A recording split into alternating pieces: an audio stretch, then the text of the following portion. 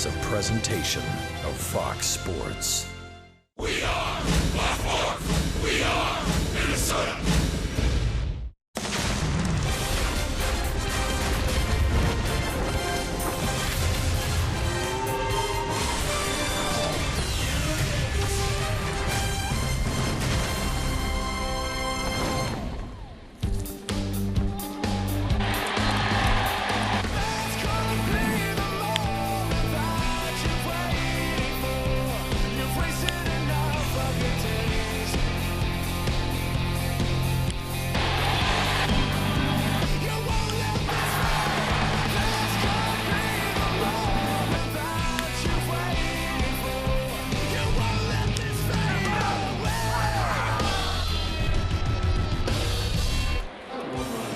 Twins and the Tigers have been homer happy lately. Ian Kinsler has hit a home run in 3 consecutive games.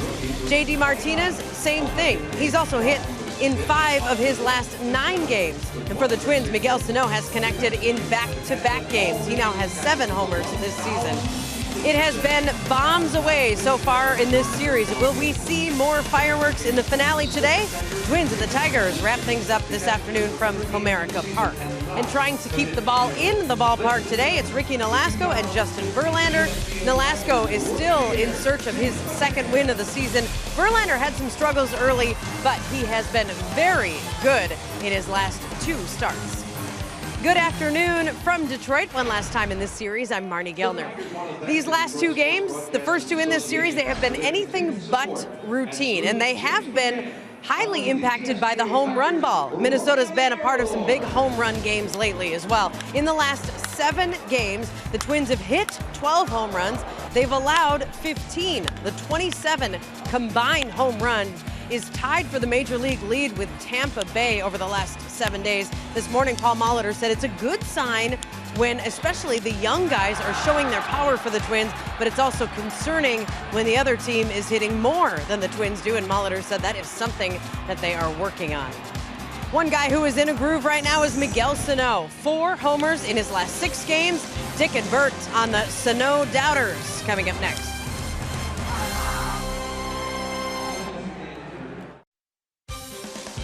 Twins baseball on Fox Sports North is presented by Menards. Save big money at Menards on all your home improvement needs. By Dodge. Visit Dodge.com or your local dealer today. And by Sanford Orthopedics and Sports Medicine for the everyday competitor in all of us.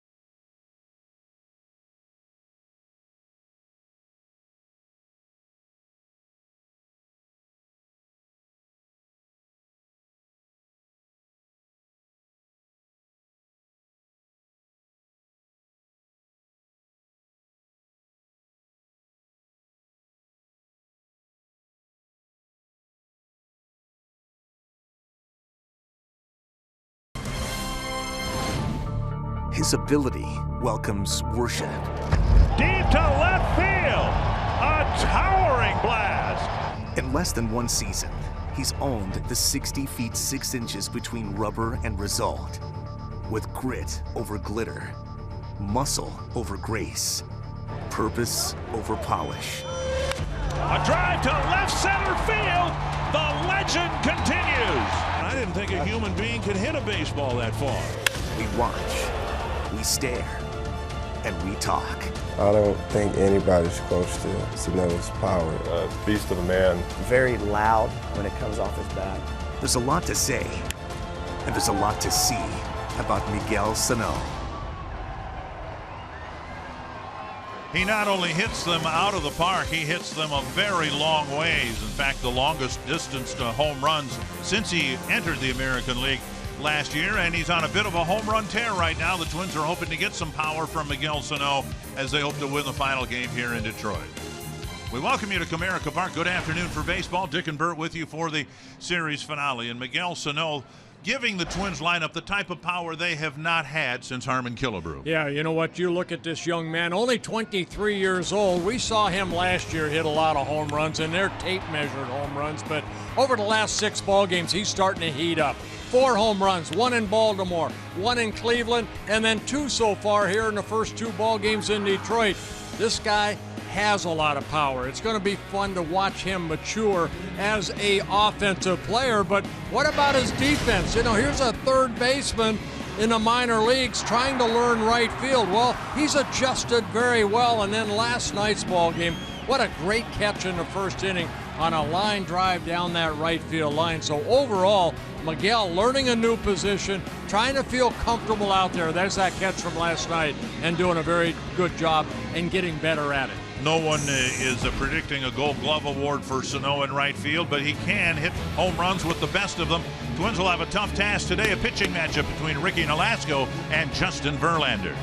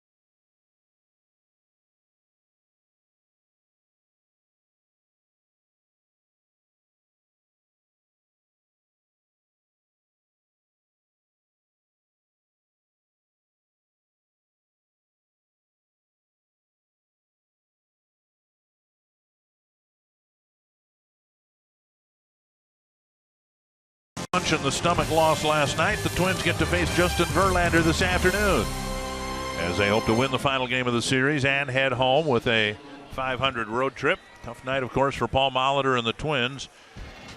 And the Menards batting order for the Twins in the series finale. Joe Mauer followed by Eduardo Nunez, Miguel Sano, Byung-Ho Park, Trevor Plouffe, Brian Dozier, Eddie Rosario, Kurt Suzuki, and Danny Santana. And you're right, they'll be facing a tough guy here this afternoon in Justin Verlander, making his 31st career start against the Twins. Mauer, the DH, got pretty good career numbers against Verlander, and he takes strike one. Well, the numbers for Verlander, not you expect really. 2 wins for Verlander, 4 losses, but overall he has been pitching very well. His last 2 starts, he's given up only 1 run in 15 innings, and he's 0-1 in those 2 starts. Lost a tough game in his last start, a 1-0 loss to the Baltimore Orioles in Baltimore. Had a couple of starts, one against the Indians in Cleveland and one here against Pittsburgh that kind of got away from him. 2-1, 7 earned runs allowed in each of those starts, but his last 2 have been really good. Ben May, the home plate umpire. Blazer, Eddings, Nelson on the bases. 2-1 to Mauer. Hit a home run last night to get the Twins on the board, give them a mid-inning lead, and now 3-1. Yeah, what the Twins what you see out of Justin Verlander is all his pitches are well above average. Good fastball, hard curveball, mixing a slider, very good changeup. Cy Young Award winner and American League MVP in 2011. Swing and a miss, 3-2.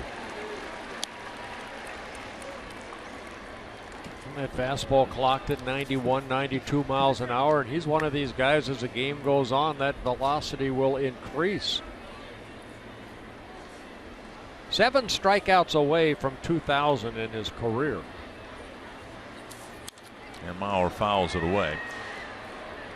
Northland Ford defense for the Detroit Tigers. Justin Upton is in left field. Cameron Maybin in center. J.D. Martinez in right. Standard infield for the Tigers. Castellanos, Iglesias, Kinsler, Cabrera, and Saltalamacchia back behind the plate. Saltalamacchia caught Monday night and again here this afternoon.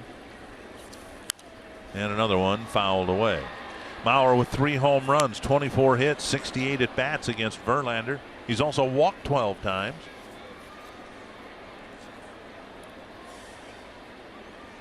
Verlander, now 33 years old. This is his 12th season wearing a Tigers uniform. 327th major league start. And good numbers against the Twins in his career. And he took ball 4. Leadoff walk. Twins haven't seen much of Verlander recently, just once last year, and it turned out to be a very memorable game. Yeah, back on July 10th in Minnesota, he received a no decision. He left that ball game after 7 2/3 innings with a 6-1 lead. And if you remember that ball game, the Twins came back and won that ball game thanks to Brian Dozier's 3-run home run. They won that ball game 8-6, scored 7 runs in the bottom of the 9th to win that ball game. And the Tigers were never the same after that. That was right before the All-Star break. Mauer checked at first, and Nunez in the batter's box. It's hard to say that the Twins really took off from there. They didn't have a winning month after that, but the Tigers kind of dismantled. Nunez, strike 1. General manager left. Now he's in Boston. David Price traded. And the Tigers ended up tumbling past everyone else to finish last in the division last year. You see Brad Ausmus there, a 1-game suspension last night for his actions here a couple nights ago. Nunez pops it up. Iglesias retreats. Wind blowing out, so he's got to go out into short left center field to make the catch. 1 away. That'll bring up Miguel Sano, who will need to homer to center field here today to get the hat trick at Comerica Park. Yeah, here on Monday night. Hit the solo home run, and then last night's ball game, another solo home run. 7 home runs on the year. Sad to say, they're all solo home runs.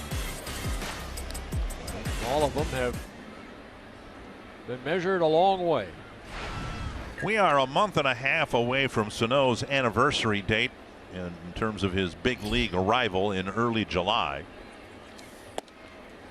And so far, he has hit .259 with 25 home runs and 70 runs batted in with a month and a half to go before he has half of one season and another half to add to it to make up a full year in the big leagues. Swing and a miss, and it's 0-2. So you can imagine where the numbers might be if he stays healthy and continues to hit a few home runs. We're talking, I don't know, maybe 30, 35 home runs. That'd be nice. 2 strikes. 1 for 2 with a walk against Verlander last year. And a called third strike. 2 down. And Sano with some parting words for Ben May. Yeah, you don't know what that umpire will give you, but a little pitch by pitch to Sano from Justin Verlander. The fastball right there for strike 1, got ahead in the count. Then swinging through a fastball. And then take a look at that last pitch. Comes back and clips the corner, says Ben May. So 3 fastballs. Verlander picks up his first strikeout. The team leader in home runs, Byung-Ho Park. He has 9, and he takes a fastball, strike 1. First meeting between these two guys, Park and Verlander. Took a fastball for strike 1. Inside. Yeah, Verlander used to throw in the upper 90s, and now he'll sit in the low 90s. He had a sit down with Brad Ausmus last year, and Ausmus encouraged him to basically learn how to pitch instead of just throw. And so he's gone through a bit of a transition, down and away, and that might help explain the ERA 4.71, a 2-4 mark. He is not the power pitcher that he once was. Well, a guy that always gives you 200 innings. Now, last year was a frustrating season for Verlander because he started the season on a disabled list for the first time in his career. Right triceps muscle soreness. He wasn't activated until the middle of June. Verlander last year only 5 and 8 in 20 starts. Good earned run average at 3.38. He's trying to take advantage of the leadoff walk to Mauer. Verlander again making his 31st start against the Twins. 15 wins, 8 losses with a 3.12 ERA. Has 2 of his 22 complete games against the Twins.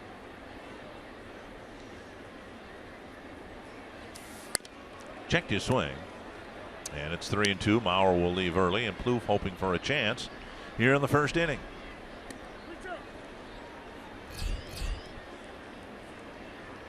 Cabrera will continue to hold Mauer.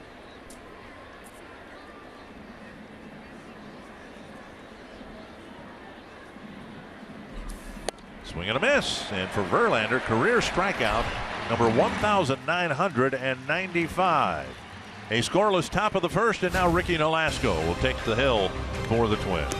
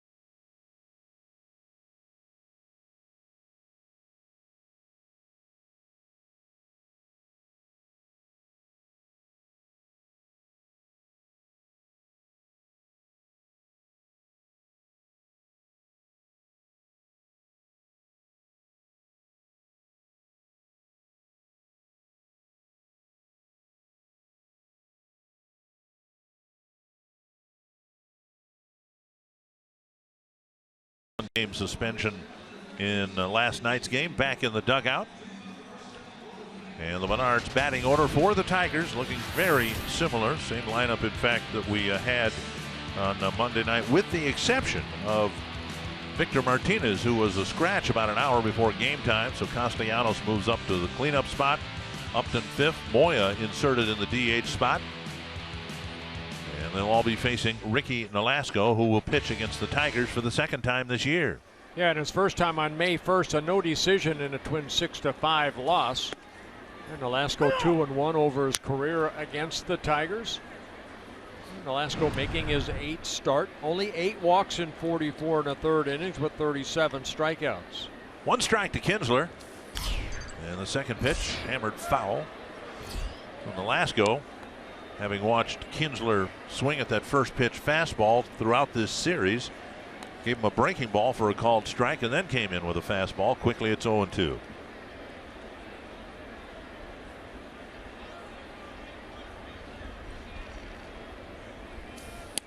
Off the plate, 1-2. Nolasco had a really good April. Pitched to an ERA of 3.25. And May hasn't gone as well for him, an ERA of 7.58. On the ground, backhanded. Nunez fires across, and Park can't hang on to the throw. Tried to keep her foot on the bag, and Kinsler will go to second base. Yeah, a little mistake right there by Park, trying to keep that foot on the bag, reaching out. It hit the tip of his glove and then went into foul territory. So Kinsler will be awarded second base on the 2-base throwing error, I imagine, right here by Nunez. So Nunez getting an error, the 5th error for him on the season. And now J.D. Martinez.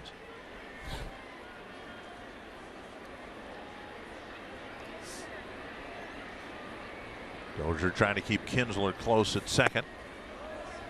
And ball 1.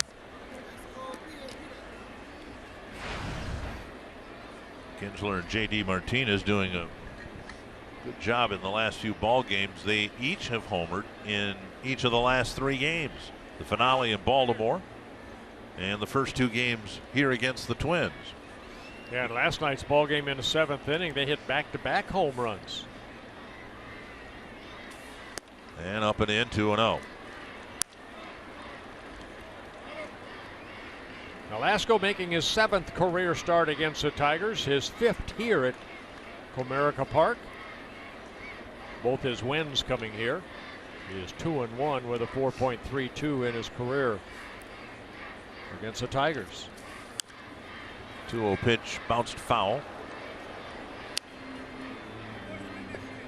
2-1.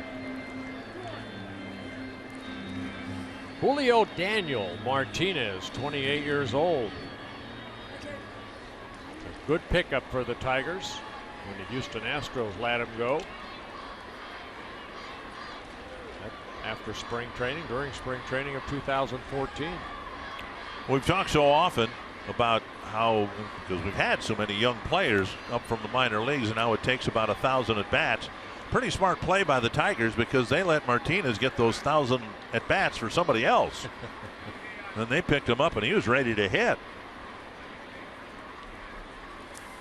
Inside now, 3-1 with Cabrera on deck. Parts of 3 years with the Houston Astros, and there really, wasn't anything. It didn't look like Martinez was overmatched by any means. He had 274 1 year, 241, 250 in those 3 years. Had power in those 3 years. Had a total of 24 home runs. Now a shot to left field. Kinsler will come around. Here's a long throw from Rosario, and that'll allow Martinez to go to second base. Very bad decision by Rosario, airmailing that ball all the way to home plate. So that's a base hit right there.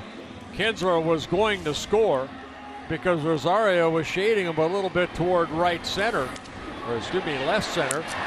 And Rosario, by the time he got to that ball, he has to know that Kinsler's going to score, and for some reason airmailed it to Suzuki, and that allowed Martinez to get to second base. Early on, 2 mistakes here by the Twins. The first one is a physical mistake, an errant throw, and managers and coaches will endure that. It's part of the game, but a mental mistake like the one Rosario made, those are inexcusable. So Martinez will get an RBI and then going to second on the throw. And now Miguel Cabrera will hit with a man in scoring position.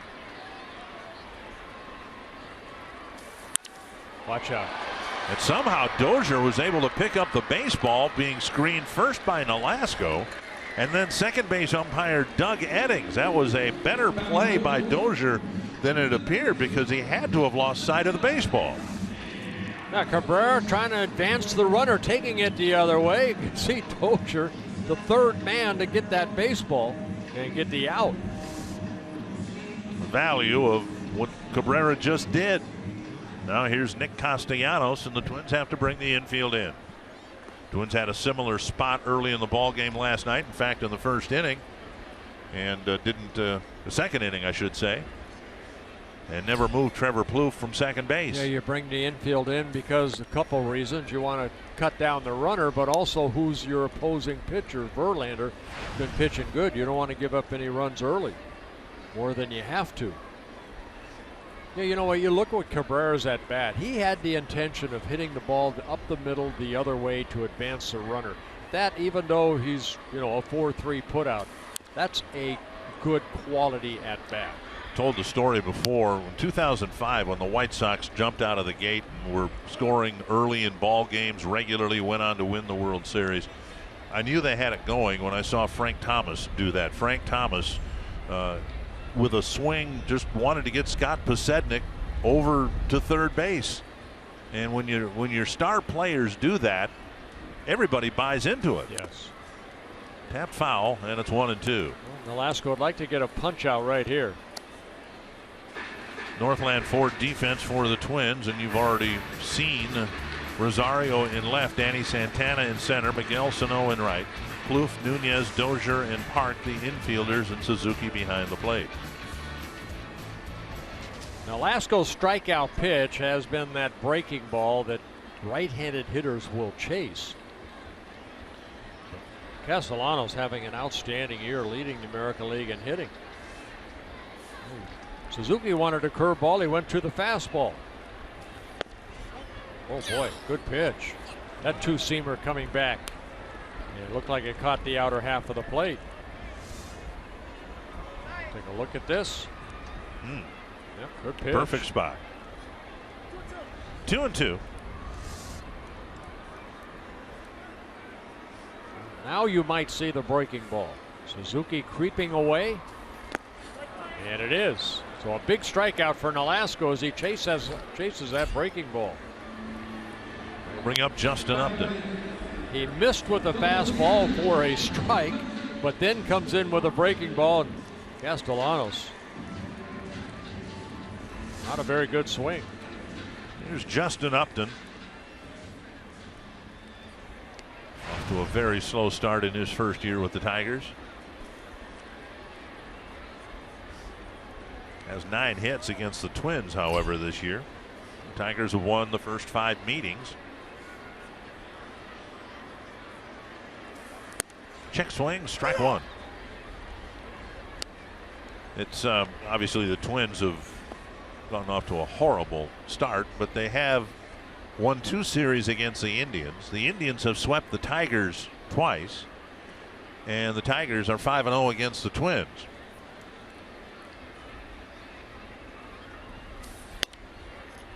And missing 1-1. You know, the other day in Cleveland, we're talking about Tyler Duffy, about how he changes speeds with his breaking ball, which becomes a changeup. And Ricky Nolasco, almost that same type of philosophy out there. He's got a good fastball in the low 90s, but that breaking ball, he throws so many different kinds of breaking balls. Add and subtract off that breaking ball. 1-2 now to Upton. Very strikeout prone, of course. Upton has struck out 62 times in 156 at-bats. Leading all of baseball in that category. And Miguel Sano's already struck out once here today. Nolasco trying to keep the damage to a minimum here in the first. And Upton somehow made contact.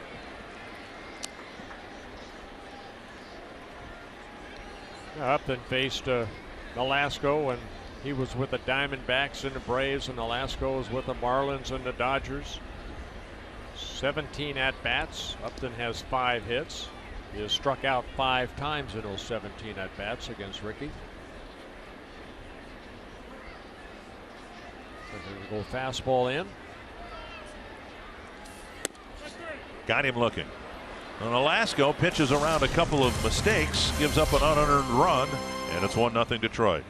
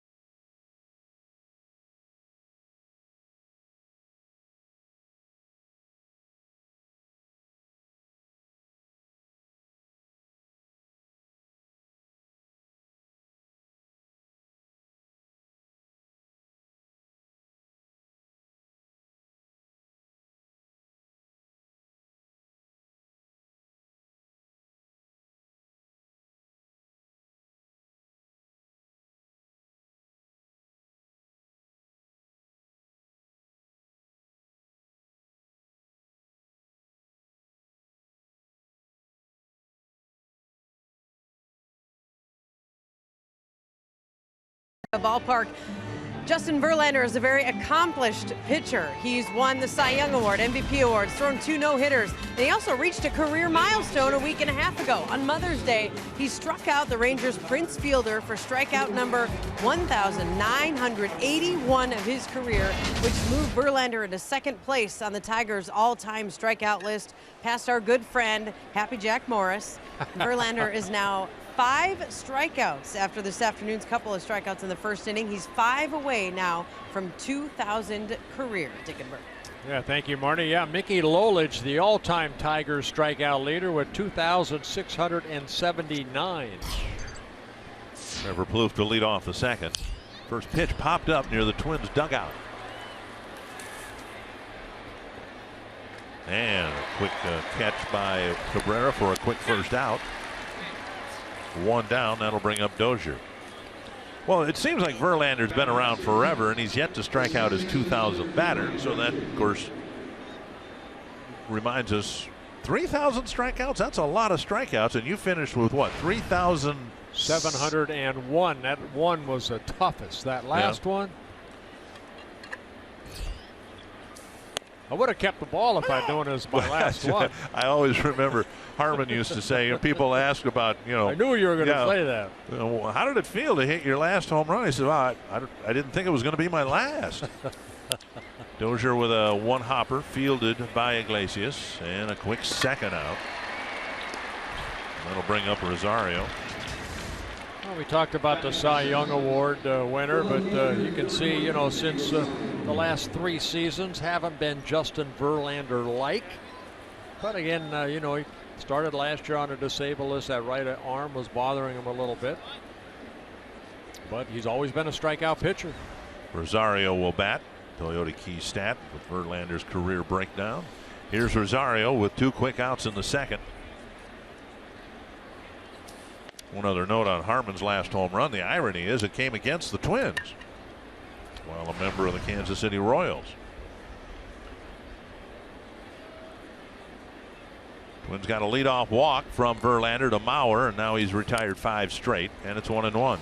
Now you look at Verlander's numbers: 159 wins, only 101 losses, a good earned run average at 3.54, 22 complete games, 7 shutouts. And foul back.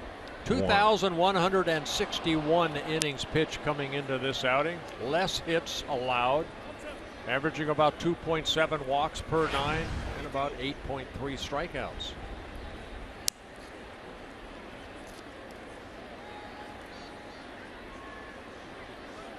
It's a lot of complete games in this era. 22. Was it Max Scherzer when he was here? What was it, 100 and some starts before he actually had a complete game? And it was a no-hitter. Yeah. Popped up, and now Castellanos will track it to the warning track and come up a little bit short.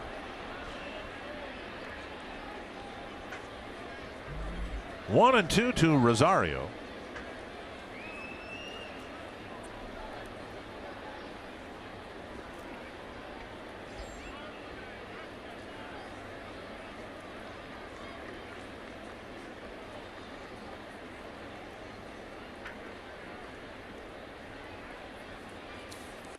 And a swing and a miss. Third strikeout of the game, and a quick 1-2-3 second for Justin Verlander.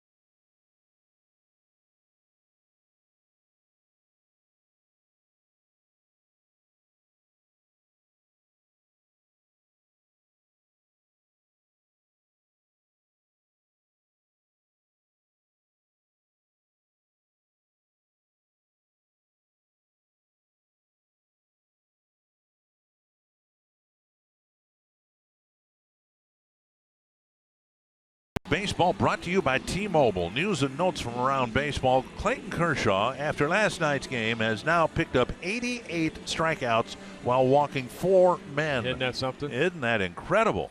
Madison Bumgarner with a complete Game 5 hitter beating the Padres. And 3 home runs for Chris Davis, including a walk-off grand slam that beat the Rangers last night. Foul back now. You saw the grand slam. Yes. And so Davis rounds third, and he comes home. And the celebration. To celebrate, they're waiting for him at home plate. He takes his helmet off and does a Steph Curry jump shot. Now, you don't think the Rangers will be upset about that, do you?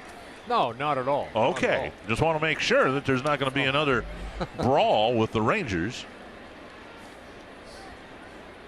1-1 to Steven Moya.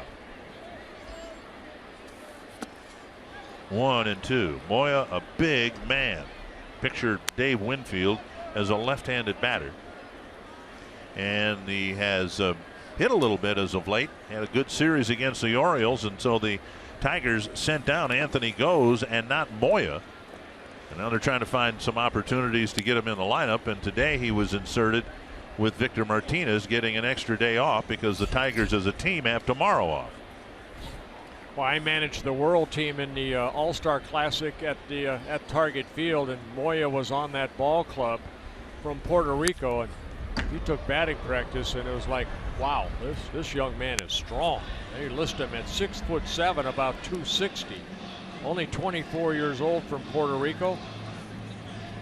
Signed by the Tigers in 2008, so a lot of minor league experience, not a lot of major league time. That big open stance. And it closes up quickly, and Nolasco gets his third straight strikeout. And here's what happened on Sunday with the Rangers waiting until Jose Bautista's last at bat. All right, but you know, look at Bautista right there. He's going in to actually try to hurt Odor, and Odor got the best of him. He pushed him, and then he got a good punch right in right there. Both benches cleared. Odor getting a 8-game suspension. Bautista only 1 game. I disagree with that full-heartedly. Bautista, yes. You know, they hit him. He had the intentions, I know, when he was at first base. If a ground ball is hit, and I'm going to take out that second baseman, whether it was Odor or whoever, he did not go in there with a clean slide. He went in there to try to hurt somebody and only got 1 game. That's wrong. He's appealing that suspension, and so we don't know whether any of the suspensions will be upheld and served while the Blue Jays are in town over the weekend, meaning in Minneapolis at Target Field. 2-1. You know, there's slides in the second base, then there's dirty slides, and his intentions was to hurt the second baseman. The penalty for that slide, the double play was completed, and the 1-game suspension that will be upheld. And you know, you had 2 guys standing pretty much toe to toe, and somebody looked like they were going to throw a punch. It happened to be Odor, just outside 3-2, and Odor gets hammered for 8 games. And if you look at it really close, Bautista's hand was starting to become a fist. Odor just got him first. Full count to Maben. And he takes a walk. Twins have had a tough time keeping him off the bases.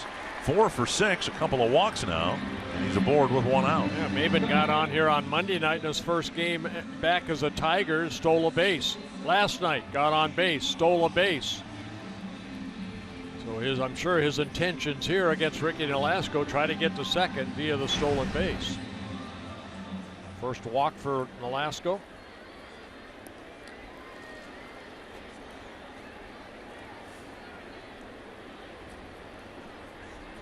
Here is Jared Saltalamacchia. Twins have a pull shift on for Saltalamacchia.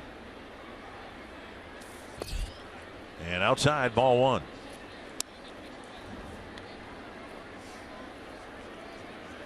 Nolasco pretty quick home. He has that slide step.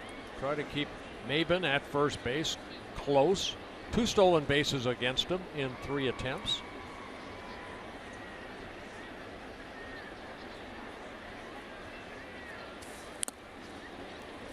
And Saltalamacchia tries to pull one over the shift. 7 home runs for the Tiger catcher. Not much of a batting average, .222. You can look at the numbers and you say, well, I'll bet he's a guy that teams shift just based on the numbers. Hitting in the low 200s with a lot of power. Suzuki digs one out. 2-1.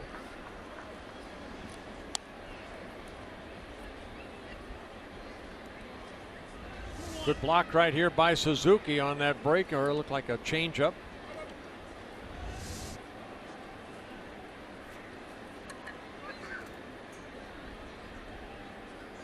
Saltalamacchia, new to the Tigers organization, signing as a free agent over the winter.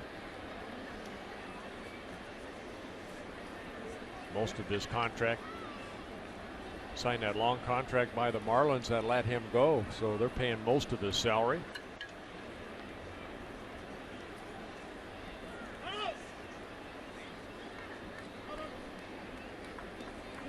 Tigers got an unearned run in the first inning. And now Nolasco issuing a 1-out walk. Maben goes. Suzuki's throw right on the bag. Safe. The call is safe. And if Roy Smalley's watching, I think he will be fidgeting in his chair right now, because he's always harped on infielders who catch the ball in front of the bag. In front of the bag. That's what I noticed right there. You see Nunez, he's got to kind of straddle that bag. Head first slide by Maben, getting that left hand on the bag. before the tag can be applied. Good throw by Suzuki, right on the mark. And if Nunez's glove were right above the bag and he caught and dropped it down, there might have been a shot to get him. 3-1. Popped up. And with a runner at second, the Twins get out of the shift, and that allows Plouffe to come over and watch it go 6 rows back. You know, for the Tigers to activate Maben, they had to send down Anthony Goes. They don't have a lot of speed in their lineup. They were hoping that Anthony Goes would be one of their speedsters, but he had a tough time getting on first base, so he didn't get that opportunity. Maben, in his first 3 games, that's his 3rd stolen base. They've only stolen now 12 bases in 15 attempts. That was Goes' reputation when he was with Toronto, and the Tigers brought him over and thought that maybe things would improve. Really didn't. Full count to Saltalamacchia with Iglesias on deck.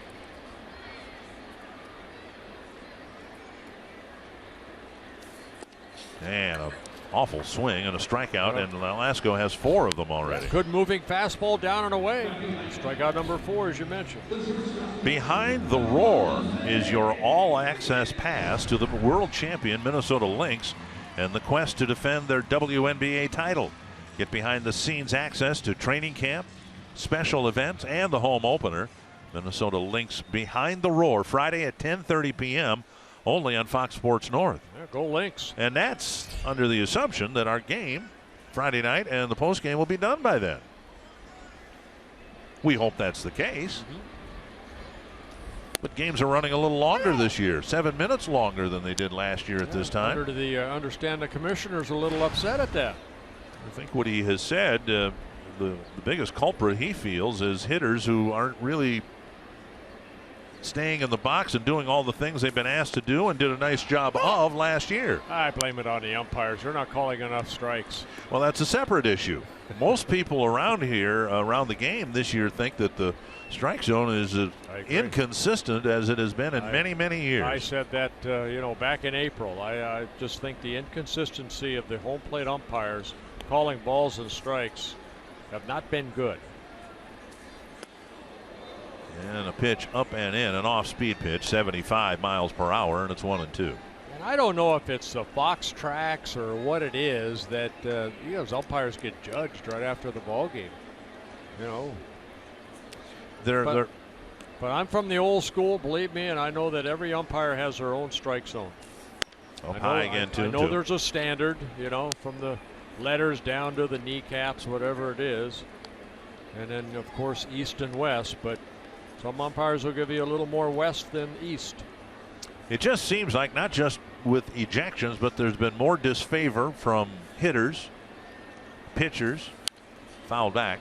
Brad Ausmus was ejected here the other day because he didn't think that Doug Eddings had a very consistent strike zone. And on Ausmus's case, he said, look, he had 7 or 8 batters come back to the dugout complaining about it, and to his point, he said, that many guys can't be wrong. 2-2. And Alasko with 3 more strikeouts in the second. Nobody put a ball in play, and more importantly, Maben left at second after the walk and the stolen base.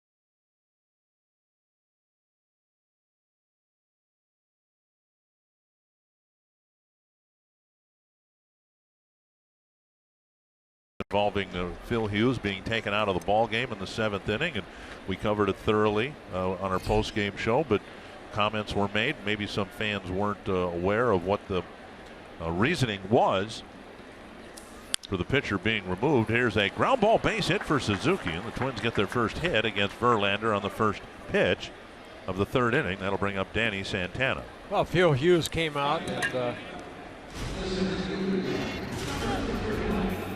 after the 6th inning, he came into. I didn't know if we were going to do an interview with him or not. But yeah, after the 6th inning, he informed Paul Molitor and pitching coach Neil Allen that the shoulder was a little fatigued, and to have somebody ready in case he felt that he had had enough.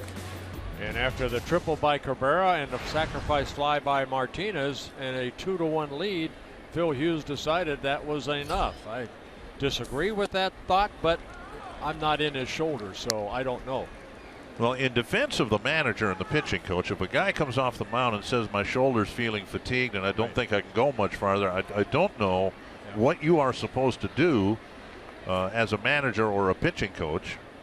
I know there was an interview after, and I heard it, and I saw it on the websites, and Phil Hughes said that, you know, that he felt that that was the time he wanted to come out of, he needed to come out of the ball game, that there were fresh arms to come in. And I guess that's the thing that caught me right away. That's the last thing that the Twins bullpen has is fresh arms. They're overused. Popped up just beneath us. And after the outing that Jose Barrios had the day before, 2/3 of an inning, put a lot of extra pressure. Thank goodness Pat Dean pitched as deep as he did. But when you have the opportunity to pick up your teammates, and especially your relievers, sometimes that fatigue needs to go a little bit further. Down and in, 1-2 to Santana. He had only given up 2 hits in the first 6 innings, and then he gave up the triple to Cabrera. Well, a lot of people give up triples to Cabrera, and a lot of people give up deep fly balls to Victor Martinez. 1-2 to Santana.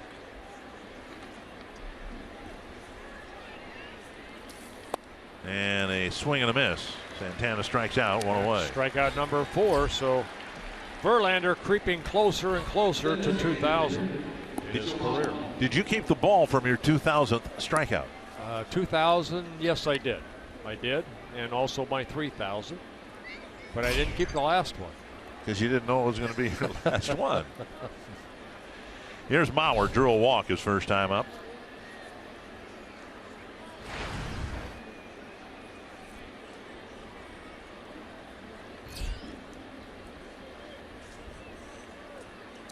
And Mauer takes a strike on the outside corner. Again, Verlander, you know what? Yeah, I mean, when you're right. When he first came up, he was trying to throw that ball 120 miles an hour. And, you know, he could get that baby up there in the upper 90s, and he clocked over 100. But in time, you become more of a pitcher. You utilize all your pitches. Good curveball right there to get strike 1 on Joe Mauer. Check swing, strike 2. There's a good changeup.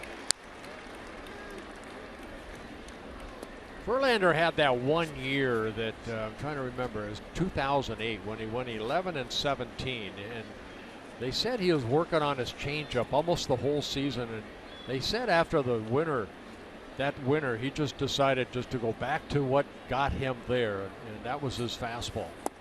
Good, another good changeup. Had some dip on it right there.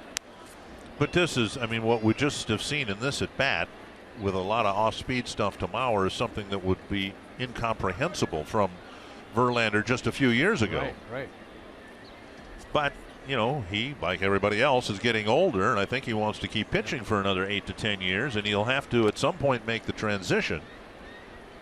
Well, the Tigers are paying him, of course, a lot of money to be out on that mound, and, you know, a little disappointed last year in his injury, but that's part of the game. But he responded by making 20 starts last year. 1-2 to Mauer. A high fly to center field, chased by Maben. Center fielders love to play out here because you can run all day long out there in center field. 2 down. Well, take a look at the pitch selection for Justin Verlander, and That's almost 60% of his pitches. He relies on that good fastball. He'll work into slider and curveball and then the changeup. So he's becoming, and he has become, an all-around very, very good pitcher. Very consistent. Eduardo Nunez will hit.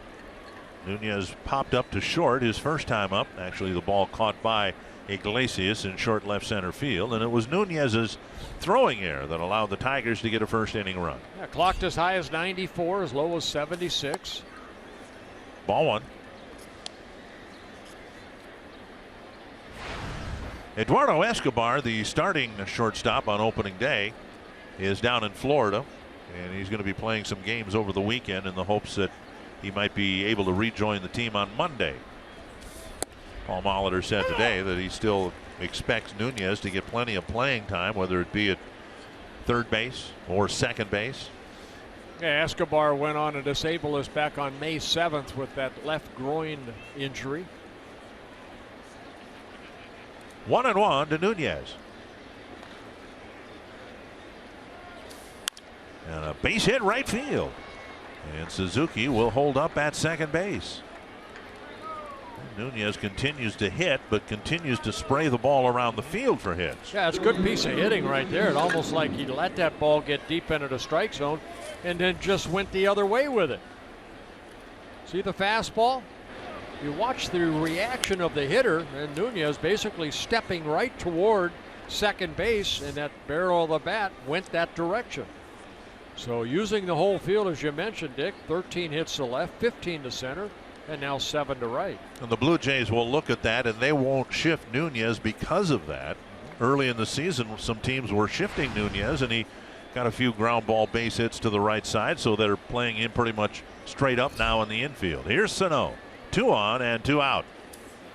Breaking ball over, and Sano buckles. Well, he threw him 3 fastballs in his first at bat. That was the last one was a called third strike up in the zone. So he starts this at bat with the curveball, gets strike 1.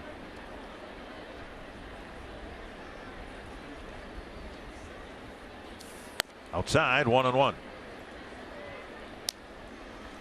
I think what Verlander has learned to do too over the years, which I think if you pitch 10, 12 years like Verlander has, you start to read the hitters a little bit better too when you're out on that mound.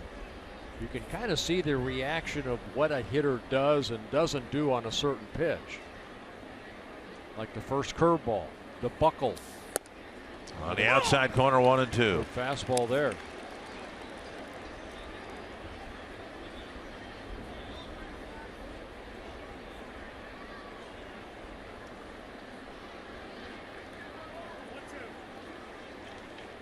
Verlander has given up 8 home runs on the season. This is his 9th start. But again, over his last 2 starts, a 7-inning shutout performance, and then last time out lost 1-0. Only 7 hits allowed over his last 15 innings coming into this outing. And there's the curveball. And career strikeout number 2,000 for Justin Verlander.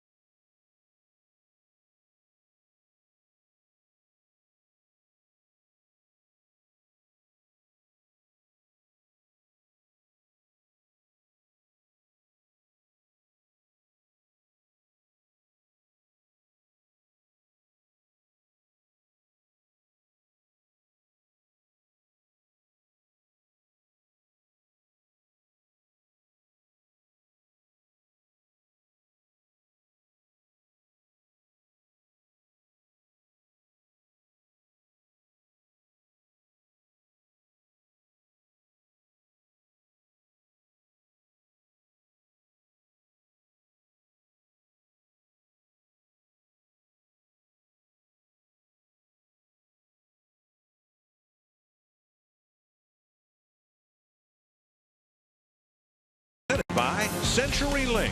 Switch to CenturyLink Prism TV for an advanced TV experience. Learn more at cprismtv.com. 1-0 Tigers. I got a little ahead of myself. Verlander, as we said earlier, needed 7 strikeouts. That was just strikeout number 5. Yeah, you know, there have been 15 outs recorded in this ball game. There have been 10 strikeouts, 5 by Verlander, 5 by Nolasco. Kinsler hit a ground ball to Nunez, and then Nunez threw errantly to first. 2-base throwing error. Martinez followed with an RBI single, and that's how the Tigers got their run. 1 strike. And Suzuki digs one out of the dirt, 1-1. Beautiful day here. This is quite unlike the first time we came to Detroit last year. We started the year last year here in Detroit. Twins didn't have very good success. They were swept. We had rain issues. It was cold, ugly, but this is a gorgeous mid-May day.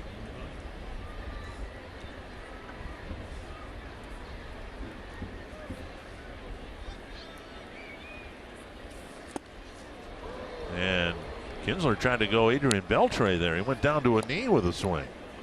Beltre last night, we've seen him do it before. He hit a home run and ended up on one knee. And the ball ended up straight away center. It was a blast.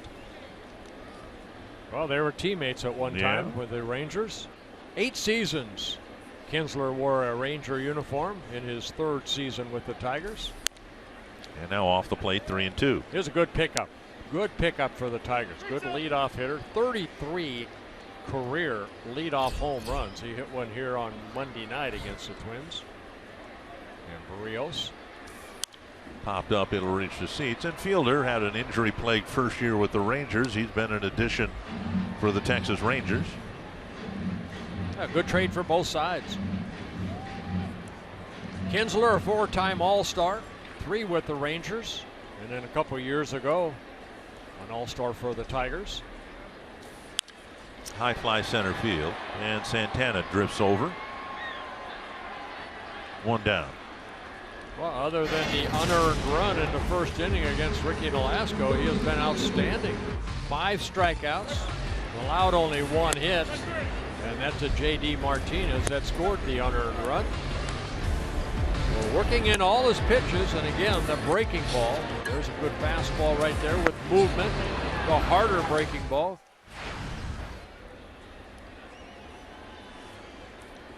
One down, and now J.D. Martinez lined a single to left. That drove in the run.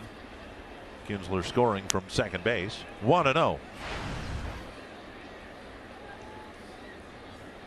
Think of all the things that have changed around Ricky Nolasco in the rotation. He had to pitch well enough to make the rotation in spring training. Twins had 8, maybe 9 candidates for the rotation, including Duffy, Barrios, Trevor May was in the mix. To right center and deep. Sano chasing it. And it hits the wall, then I think hits Sano and dies on the warning track. And it'll be a triple for J.D. Martinez. The wall angles at 365 feet in right center field, and that ball, had it been 5 feet more to the right, might have gone out. As it is, it stays in the ballpark, but it's a 1-out triple. Well, that's one thing that J.D. Martinez has that Miguel Cabrera has. Power the other way. Taking that fastball the other way, and it's kind of angled like at Fenway Park to where you see it kind of angles in. The ball ends up hitting off the padding there. And just kind of dying, and that allows Martinez, who I think would have had a triple anyway, to get to third. His first triple of the year. Infield in now for Miguel Cabrera. Way out in front, strike 1. Cabrera jumped on that first pitch, hit a line drive right back at Nolasco that kind of went through the umpire, Doug Eddings, and that's the play that Dozier made. So the infield comes in with this guy up.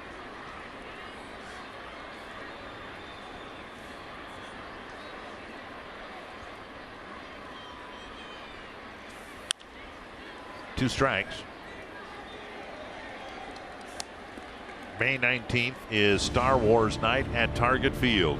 A limited number of Star Wars Night themed ticket packages are available that include a game ticket and Plouffe Skywalker bobblehead. Go to twinsbaseball.com/Star Wars to learn more about the Star Wars Night offer. Getting deeper and deeper. Yeah. That's the last time I'm going to read that. 2 strikes. To center. Santana with the catch, comes up firing, and Martinez will score on the sacrifice fly. It's 2-0. You know, Cabrera's an RBI machine. He always has been. I think if Nolasco, after 2 good breaking balls that Cabrera, fouled off, he thought, okay, I'm going to go hard in, but Cabrera reacted so quickly and such quickness, able to hit that ball deep enough to get the sacrifice fly, his 21st RBI. That wasn't a bad pitch. After 2 slow breaking balls, you try to get it hard in, and he was ready to make good contact. Such a good hitter.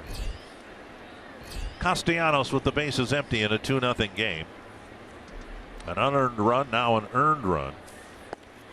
We're talking about Nolasco and how things have changed around him. In the original starting rotation, it was in order: Santana, Hughes, Gibson, Malone, and Nolasco.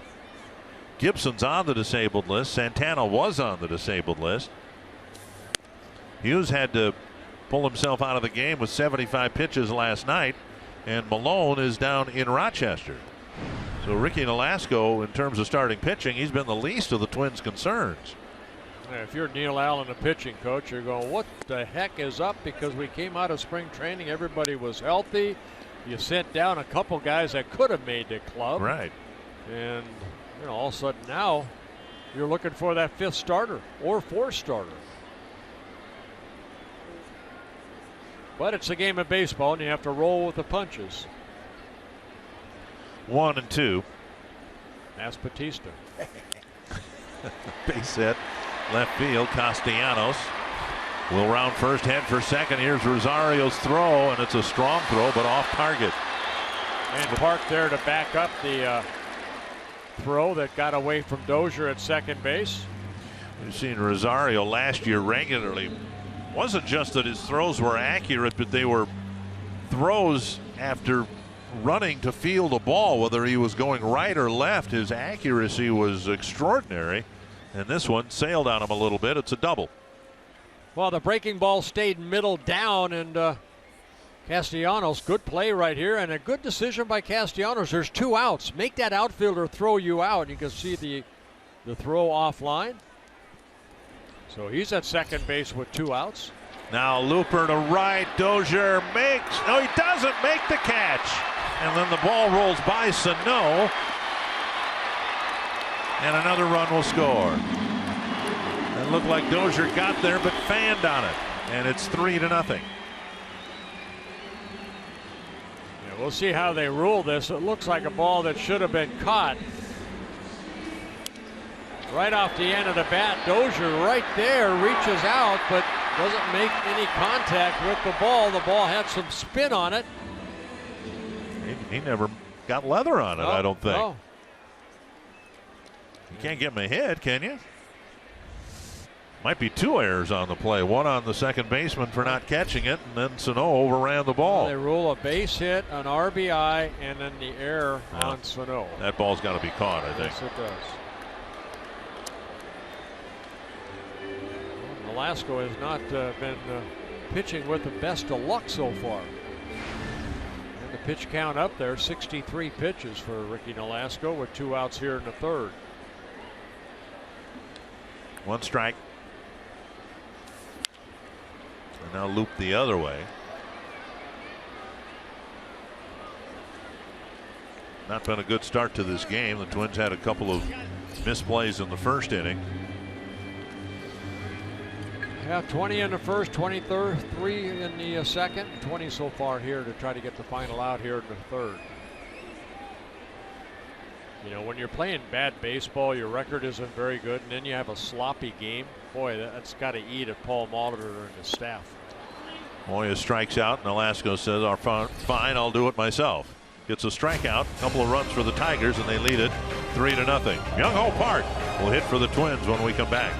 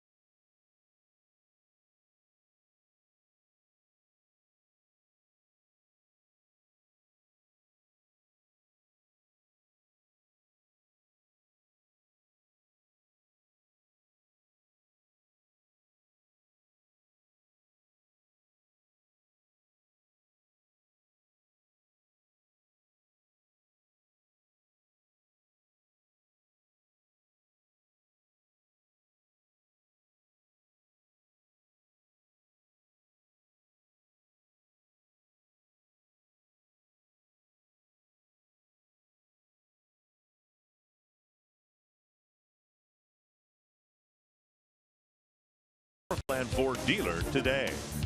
And by Grand Casino. The best stories start here. The Twins not playing well in the field here this afternoon. Tigers have a 3-0 lead. I mentioned, you know what, you play sloppy baseball. It adds anger, I think, to the way that the Twins season has gone, especially you give this guy, Verlander, a couple extra runs to work with. It's just going to make him more tough. Again, that was one of the things that for me was so unsettling about last night's game. I thought for 6 innings the Twins were playing their best game of the year. Yep. Sharp in the field, good plays from the third baseman, the shortstop, the right fielder. There was one other play, center fielder maybe. The Twins were just playing a really good game. Hit a couple of home runs. We got a delay because of something. Yeah, Plouffe made a couple nice plays last night on a little short hop and then the bunt.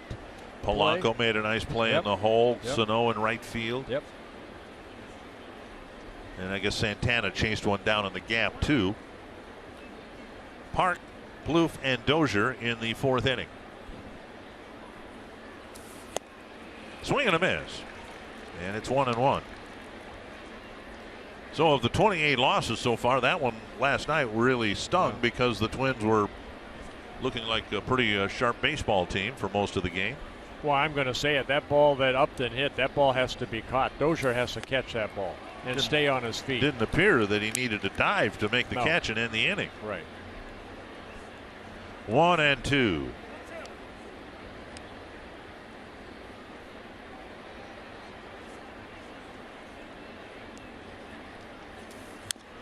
And a tapper foul into the camera well next to the Tiger dugout.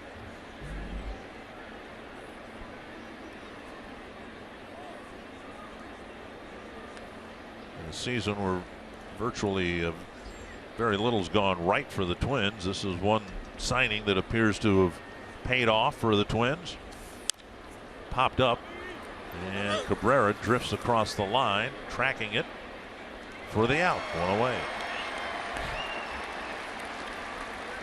And that'll bring up Trevor Plouffe. He fouled out to Cabrera in the first pitch he saw in the 2nd inning. Carsoup.com trivia since 2006. Which pitcher has the most wins in Major League Baseball?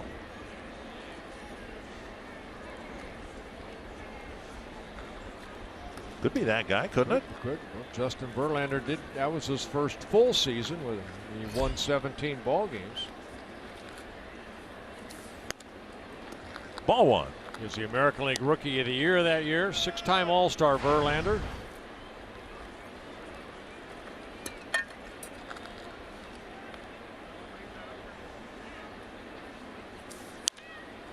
And another foul pop. This one will reach the seats. The Tigers off to a tough start. They're, as well as they, or as much as they've dominated the Twins, they're still 3 games below 500. And there's a lot of hand wringing over the lineup here in Detroit. They're not scoring runs like they should and all that. But really, to me, it comes down to their starting pitching. They're fine with Zimmerman and Verlander on the mound, but the rest of the rotation has really struggled. Anibal Sanchez is going to go on Friday. He's been very inconsistent. Mike Pelfrey's been a disappointment. Gone are the days when the Tigers had Scherzer, Verlander, Porcello, Sanchez, and Pfister. And it didn't seem to make any difference where they were in their rotation. They had a good chance of at least winning the series. Well, they spent a lot of money this winter on improving that ball club from last year. A little rubber ducky. Got a good luck charm.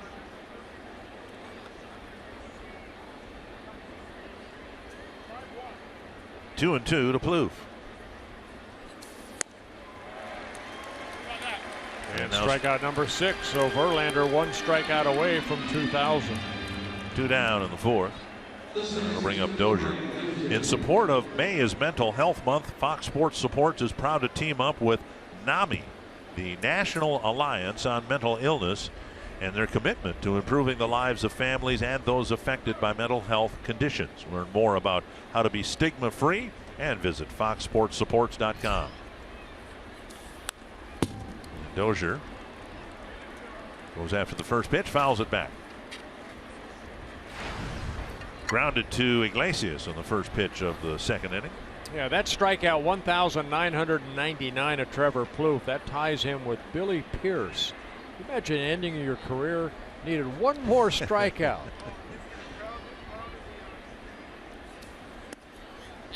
1-1. And Billy Pierce probably said the same thing. I didn't know that was going to be my last strikeout. I thought I was going to get to two. Yeah, but only one strikeout away. Al Kaline did it the best. He's sitting a few booths down. He finished with exactly 3,000 hits. Pitch is up, and it's 2-1. That'd be nice if somebody were a big home run hitter and they got to 500 and said, "That's it, I'm done. Cleaning out my locker." Here's Mr. Kaline. Yep. Looks like he could True still gentleman. play right field. Yep. True gentleman. 399 home runs he had. Now, maybe, you know, probably ask him, hey, could you hang around for one more? And I saw his teammate Willie Horton here before the game. Teammate of mine with a Ranger. What a great guy he was. Strong. 3-1 to Dozier. And a walk, second walk taken by the Twins. Bauer walked to start the ball game. And that'll bring up Rosario. Tigers lost one of their favorites, Dick McAuliffe, a few days ago. Left-handed hitter. He was on the American League All-Star team in 1965 at Met Stadium. He was a scrapper. He was a scrapper. He played the game hard. Talking to Mr. Price the other day about the loss of McAuliffe, and he's just said he was the guy that started a lot of team fights. In fact, Dick McAuliffe homered in the All-Star game at Met Stadium in 1965. He hit out of the leadoff spot for the American League.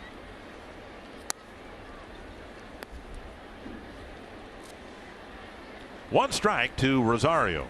This will be pitch number 60 for Verlander. 40 have been strikes of the 59 so far. Couple walks, 6 strikeouts. He's allowed 2 singles.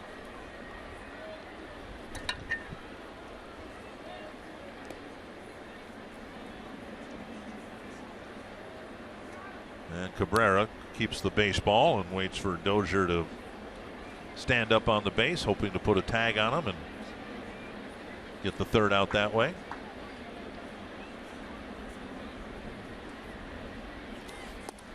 On the outside corner, 0-2. Rosario just seems, I don't know, confused, tied up or something. His swing was so free and easy last year. That pitch he thought was outside. Fox Track said it was. Presented by Dodge.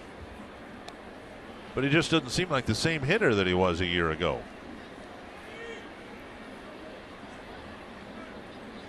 I wish I could answer why, but comes and goes, I would imagine. I mean, he took an offer after having a 7-game hitting streak in last night's ball game. Wild pitch allowing Dozier to go to second. Yeah, the breaking ball getting away from Saltalamacchia, and Dozier getting into scoring position for Verlander, his 4th wild pitch of the year. Twins trailing 3-0, and they haven't looked sharp in doing it. But remember, a couple nights ago they were down 8-0 early, came back and tied the game. Had a succession of good at bats. Got some things put together. Now Rosario swings it one head high and slams the bat down. And that's strikeout number 2,000 for Verlander. Dozier left at second. It's still 3-0 and a milestone for Justin Verlander.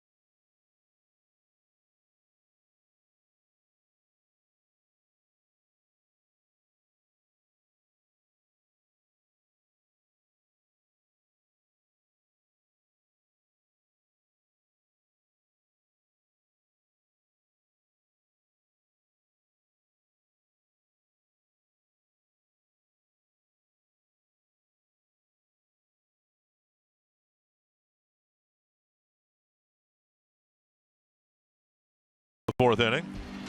Sanford Health injury report. Angels have had an assortment of injury situations to deal with. Pitching staff, position players as well. Corey Rasmus sounds like he's got the same thing Eduardo Escobar had, or has, is coming back from. At least that's the hope. Cameron Maybin leading off the fourth inning. I said something in the last half inning that sounded wrong as soon as I said it, and I knew better, but that doesn't mean that I'm incapable of misstating something. Al Kaline had 3,007 hits. Roberto Clemente had 3,000. Yep. 2-1. The after effects of 4 hours of sleep. Well, I know that Roberto Clemente ended up with 3,000 because Manny Sanguillen, a teammate of his, told me quite a story about Roberto Clemente that about 2 weeks ago, I believe it was 1972, that he passed away after the winter. And Manny told me that he was sitting, they lockered next to each other. Nice pickup by Plouffe. And the throw off line, he actually dropped the ball, picked it up. Maybin can run, and he beats out an infield hit. Well, you got the speedy Maybin on first base again. He stole a base in the second inning. So Maybin, in his third game, picking up his fourth hit. He's already been on base in this series more than Anthony Gose ever was against the Twins. And the speed right there, showing it off, hustling down that line. But to finish that story real quick, Manny Sanguillen said Roberto Clemente said, I have to get my 3,000 hit this year because I don't think something's going to happen. I just feel uncomfortable. And sure enough, he was in that plane crash that took his life. Maybin stole second in the second inning, but was left there. Maybin now has 5 hits, and he's drawn 2 walks in this series. Nearly thrown away, and Park was able to grab it.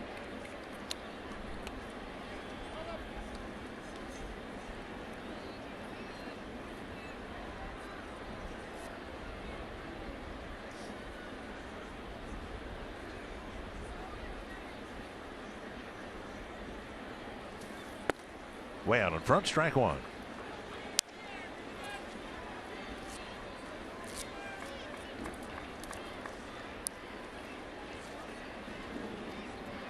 Saltalamacchia, first signed by the Braves. He was our #1 pick back in 2003 out of Royal Palm Beach High School in Palm Beach, Florida.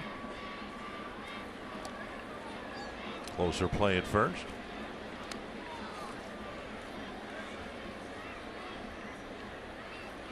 Velasco in his career has 7 pickoffs.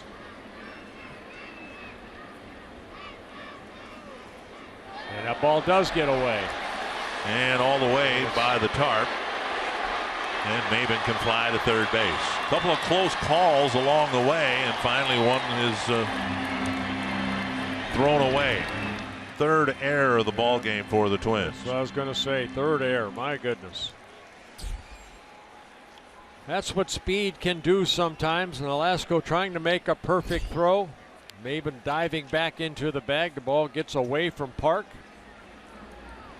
And he's at third. Infield has to come in again.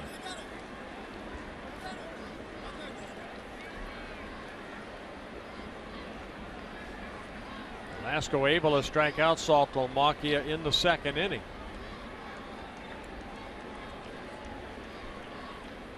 Velasco pitching to the #8 batter in the lineup. 1 strike, and now a ball.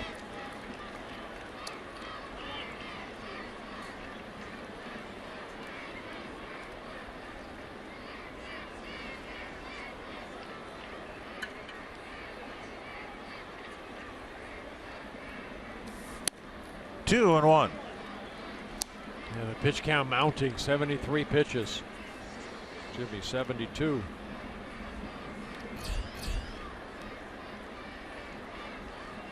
The errors have forced the pitcher to throw extra pitches. Get some idea about the speed of Maybin. Twins had the infield in, and the shortstop Nunez, the second baseman Dozier are actually in on the infield grass.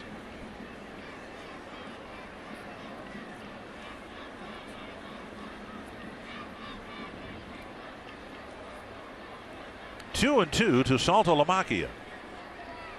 He'd strikeout number 7. Popped up short left field. Rosario with the catch, and Maben just stands on the bag, doesn't even bluff to draw a throw. One down. That'll bring up Iglesias. Iglesias struck out his first time up, but he's had a very destructive series for the Twins. Big 3-run double early in the ball game Monday, and a big 2-run single in the ball game last night. Just 8 runs batted in on the season, and 5 of them in the first 2 games of this series.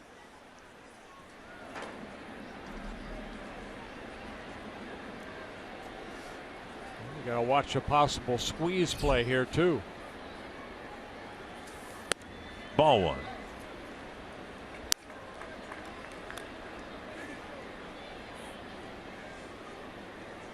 Iglesias looking down at Dave Clark, the third base coach, going through signs.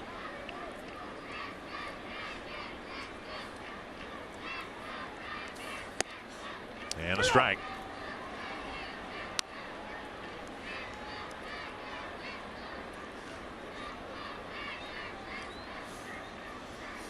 Iglesias missed the whole 2014 season when he had a stress fracture in both his knees or legs. And last year responded nicely, hitting 300 in 120 games.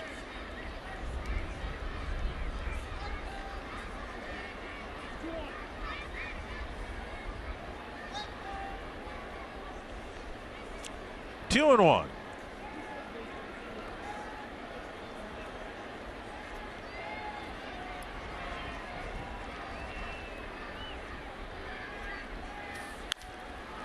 Just foul. Past first base umpire Corey Blazer. Yeah, made Blazer jump right there.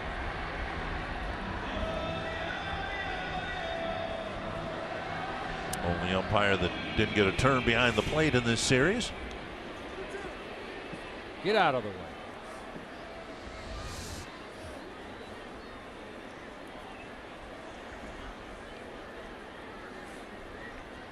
Two and 2. Nunez with the catch, out number 2. Soft line drive for the second out of the inning. Yeah, good pitch right there by Nolasco. MLB.TV Premium, the #1 live streaming sports service, delivers everything you've come to expect and more.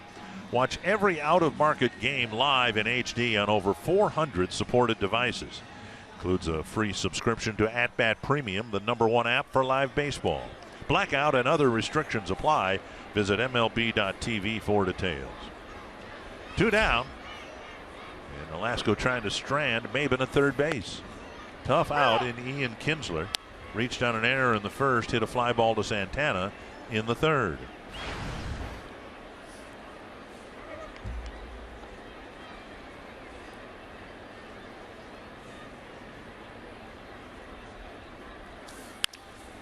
Base hit to center.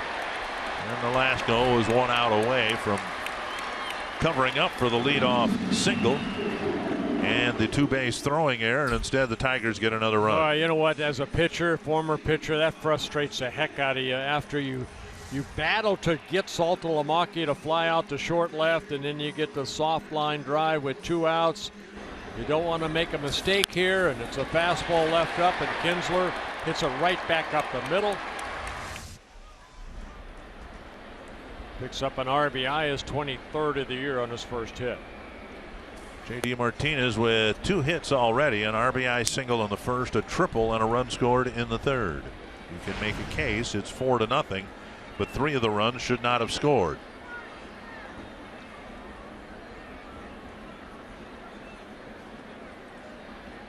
The 1 run that Martinez scored in the third inning, there's a pop-up behind second base. And Dozier with the catch, and that'll wrap up the 4th inning. It's 4-0 Detroit.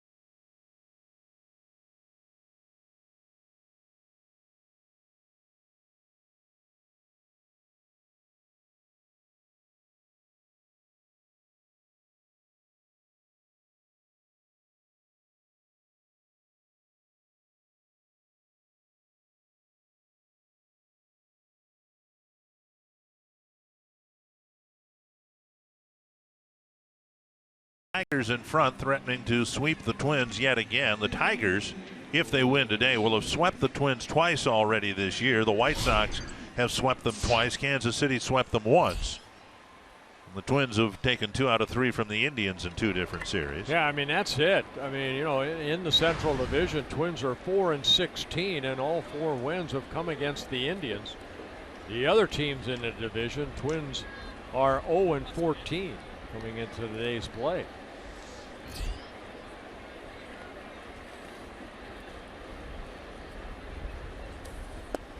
And you realize on the downside how costly being swept within your division is. The Tigers are 7.5 games ahead of the Twins in the standings. Tigers 6 games back, Twins 13.5 coming into play today. Well, the Twins have swept the Tigers at Target Field before. If they had done that and won one more, if they'd won 4 of the games, you know, the 2 teams would be tied in the win column. If they had just gone 4-1 against the Tigers, they could have, you know, struggled against everybody else. Kinsler has an easy catch for the first out. But when you get swept within your division, it's tough to make up that ground. 1 down, that'll bring up Danny Santana. Yeah, a lot of ifs in the game. You still play the game for 9 innings, and sometimes you play extra innings, but the season has not gone well for the Twins. If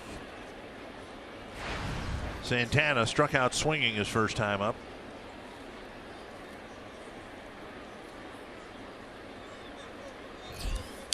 And fouled back to the screen. Twins took 2 out of 3 to start this road trip in Cleveland, excuse me. And they are on the verge here, halfway through this game, of perhaps being swept in all 3 here in Detroit. Santana drops down a bunt, but it'll trickle into the dirt. Foul ball. Go back to our Carsoup.com trivia question. And I'll go with Justin Verlander. Yep. And we want to thank our guys in the truck for giving us a softball question.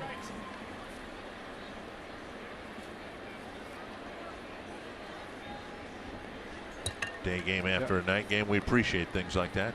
See, I would have thought maybe Hernandez with Seattle, but you know, he's such a great pitcher. He just doesn't have a lot of wins because his team didn't score him a lot of runs. And Verlander picks up his 2001st strikeout, so heading toward that next magic number of 3,000. As Santana strikes out for the 2nd time, and Verlander picking up his 8th strikeout. 2 down, and that'll bring up Joe Mauer, a walk and a fly ball to center.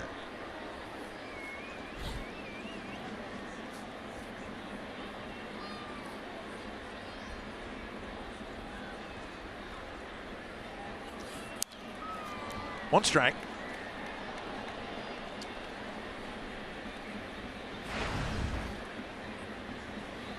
Verlander looking for just his 3rd win of the year.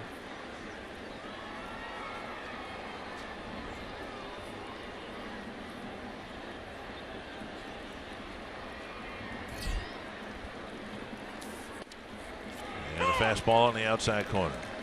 And the fastball at 92, and it used to be about 5 miles harder than that, faster than that. Oh, no doubt he has been a workhorse over his career since 2006.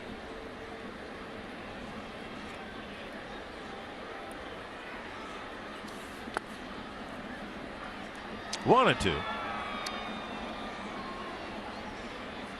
Verlander at 6'5", about 225. You saw that last pitch, the curveball. He does a good job of getting on top of that pitch. Works off that 3rd base side of the pitching rubber.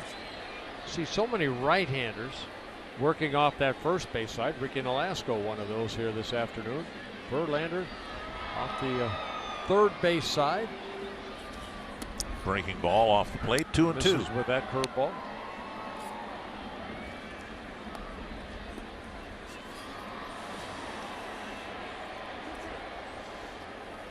Always like working off it, almost standing on the mound on the pitching rubber like Verlander, and then getting that foot in the rubber, and changeup misses, and driving off toward home plate.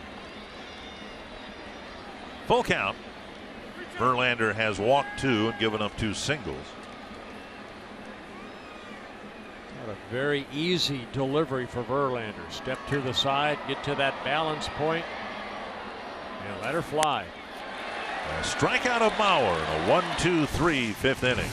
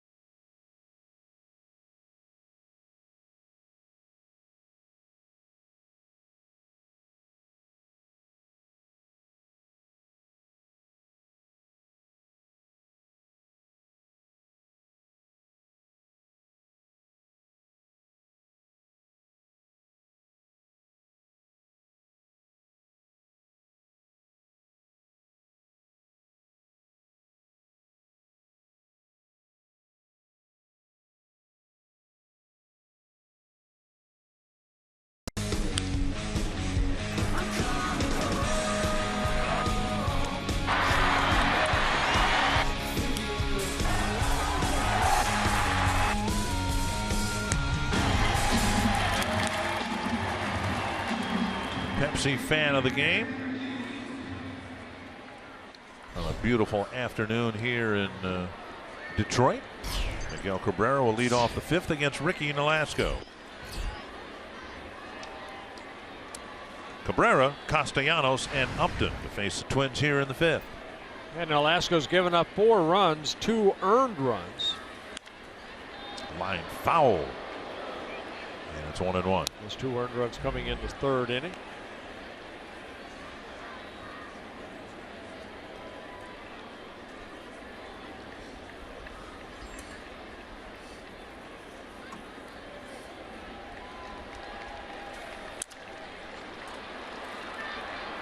And that'll land in front of Santana for a bloop single. Leadoff hit here in the 5th inning.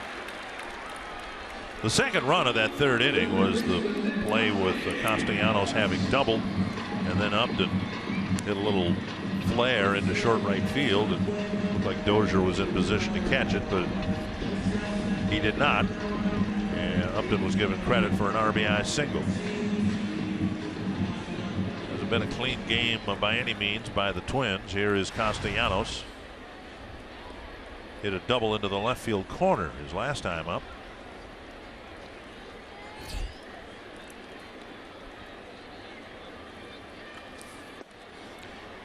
Bert, I think it's fair to ask you, because you've been on good teams, 2 world championship teams. You've played on some bad teams too, where the Twins can turn to satisfy their fans that things are going to get better. Well, I think games like today do not help. I think clean games, just guys busting their tail end and making the right plays helps. Because fans know you just cannot play dead baseball, and that's what the Twins have done here this afternoon. You need guys to step up, and I'm going to go back to Phil Hughes. Sometimes you just have to bite the bullet and get your rear end out there and go a little bit deeper than sometimes you're expected to. You can't put your finger on one incident, though, when your team is, 10-28. We're approaching the quarter mark of the season here. This is game 39 if your math is if my math is correct with your numbers. I'd put it on the starting staff. I mean, if I were to look at one thing. Fly to right, Sano in the corner makes the catch, 1 away. You know, the starting staff coming in combined 5 wins, 17 losses with an ERA at 5.11. The staff in general, a 5 ERA coming into this ballgame. That's the worst earned run average in the American League. Here is Justin Upton, called out on strikes in the first and hit the little flared single to right field out of the reach of Brian Dozier.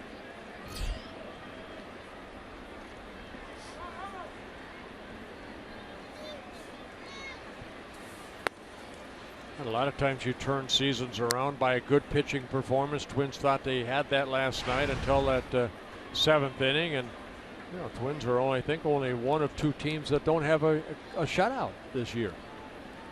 You got to put a 0 on the board once in a while.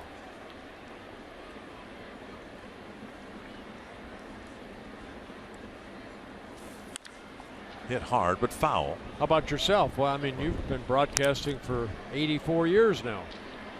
I don't think this team can possibly be as bad as they play. I really don't. This is a team that, you know, many of the guys went through last year, and I think as Rogers gets loose in the Twins bullpen,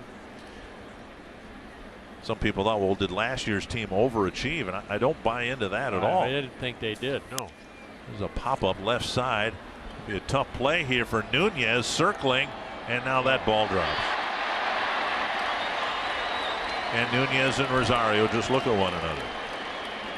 Well, with the wind blowing in, Nunez backpedaling, and Rosario kind of took a glance at Nunez, and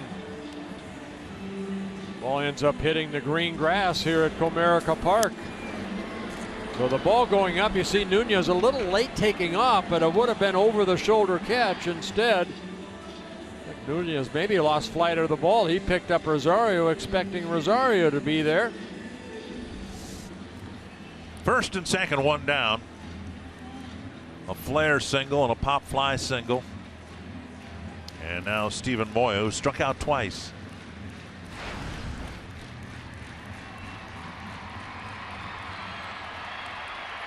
I know this, Twins fans are tired of other teams getting well against the Twins. Tigers were struggling coming into this series. And the way the Twins have played through this first half of this game, they're on the verge of sweeping them again. The Tigers came in on Monday night. Over the last 13 ball games, they were 2-11.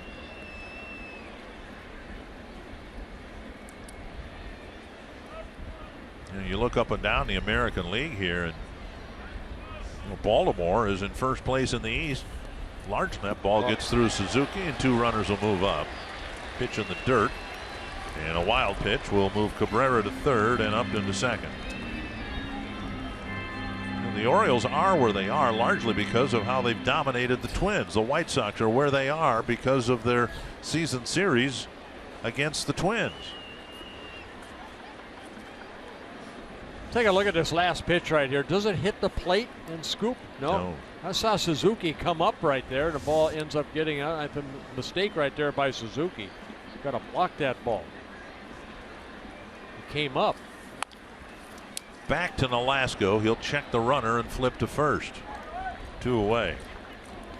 The Twins flex plan gives you the flexibility to choose your games and your number of seats. Choose in advance or even the day of the game, so don't plan, flex plan. Go to twinsbaseball.com/flex or call 833-TWINS to learn more. You know, a lot of people like to kick a team when it's down. The Minnesota Twins, I know the fans are really upset at the way they're playing, and hey, we as broadcasters and anybody that follows a team, I'm sure the players are the same, but you know, you play the game and don't give up on this team, folks. You know, hey, you never know. Here's Maben.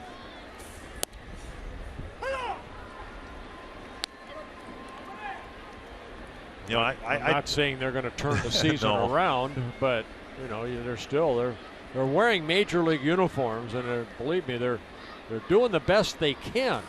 Just has not been good enough. I tend to look at situations whether a team is, running off a season like the Cubs are, or in the other extreme like the Twins are, and I tend to put most of the responsibility on the players. Oh, definitely. Joe Maddon's an innovative manager and all that, but he's got a great lineup, a great pitching staff, and the players are playing like a first-place ball club. And what we've seen here 1/4 of the way through the season roughly is Twins are playing as a last-place ball club, but that falls on the shoulders, to me, of the players. They are better than what they have shown. Dozier gets the second hop, flips to first, and nice play by Dozier. Nolasco pitches around a couple of gift singles.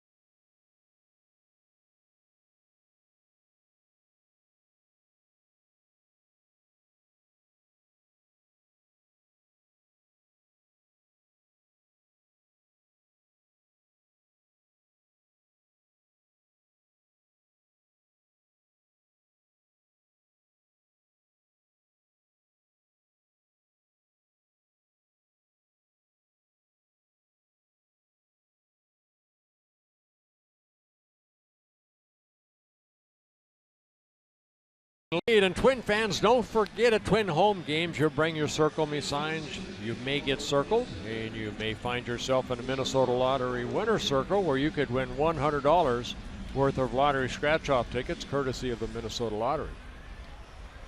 Eduardo Nunez will lead off the 6th against Justin Verlander. Twins have a couple of hits. They've taken a couple of walks. But Verlander, who had a couple of really good starts prior to this one, is sailing into the 6th inning.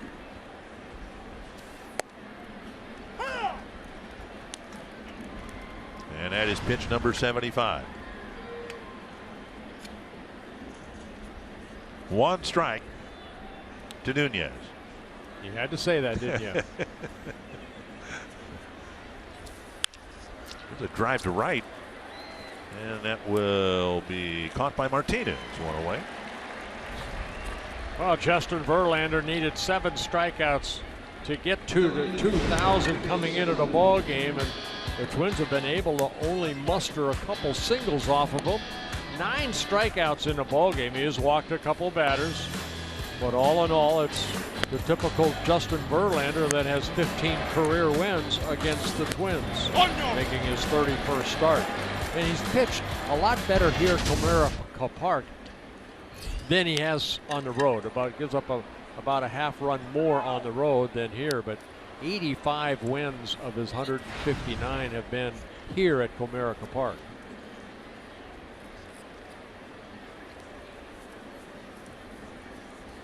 So Verlander with 9 strikeouts, 30 times in his career he's had 10 strikeouts or more in a ball game, and he had one earlier this year in Houston. He had a 10 strikeout ball game. Down and away, and it's 1-1. Sano called out on strikes in the first, went down swinging in the third.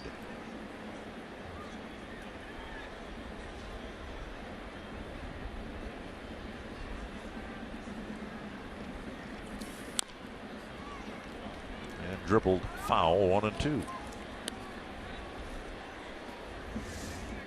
Verlander's delivery again working pretty much, on the third base side of the pitching rubber, but pretty simple delivery. You see him able to get over that left leg. And then the follow through, the bending of the back to allow the arm to get closer toward home plate. Inside 2-2.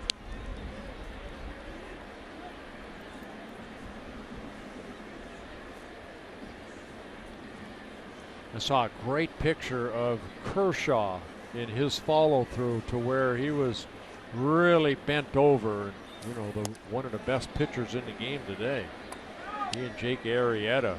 Just very smooth deliveries. Don't put a lot of extra force going that ball, releasing it. And Verlander, the reason he's been so healthy, not only great leg strength, pushing off of that rubber, but allowing the arm to come through, and it's like a whip. Big fly ball to center. Maybin coming in. And he makes the catch. Out number 2. Well, the stuff isn't what it was, but the mentality is still there for Verlander. What he has a big heart, and he's got a lot of guts. 2 down. That'll bring up Young-Ho Park. He's a guy that, 22 complete games in this era. That's a lot, but he's a guy that, Brad Ausmus knows that this guy doesn't want to come out of a ball game. He'll throw 100. Most pitches he threw 118 this year. 3 hopper to Castellanos, and Park's gone on the first pitch. Another 1-2-3 inning for Verlander.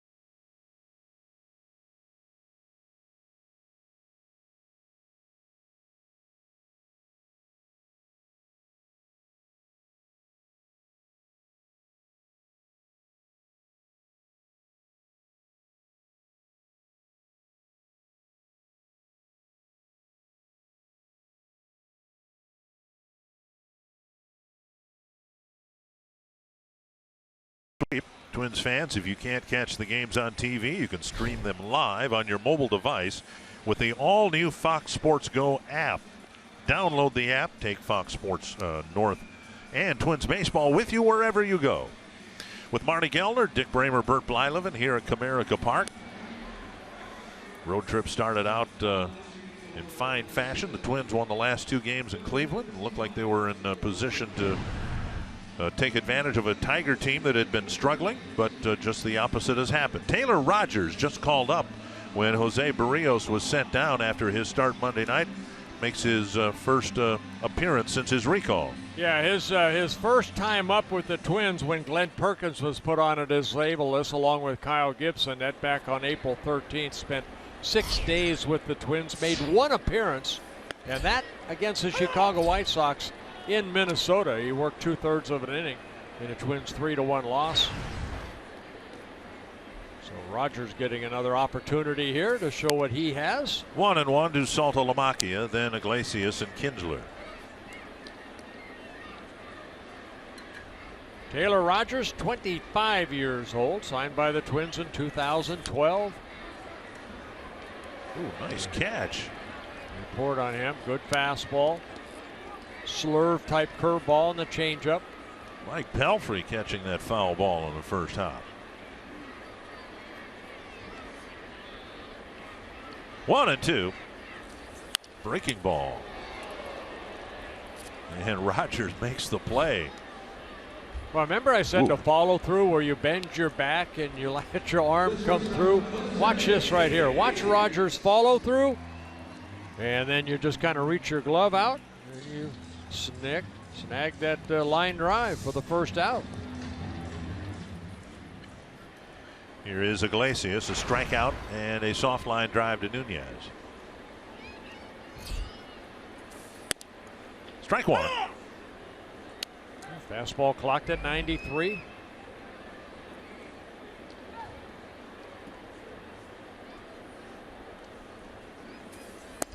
And a breaking ball over for strike two.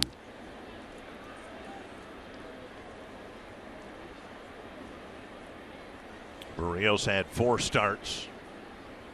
Twins saw incremental progress through the first 3, and then everything fell apart in his 4th start here. First pitch of the game was hit for a home run by Kinsler, and he never really got into any kind of rhythm after that. Struggled, never got through the first inning.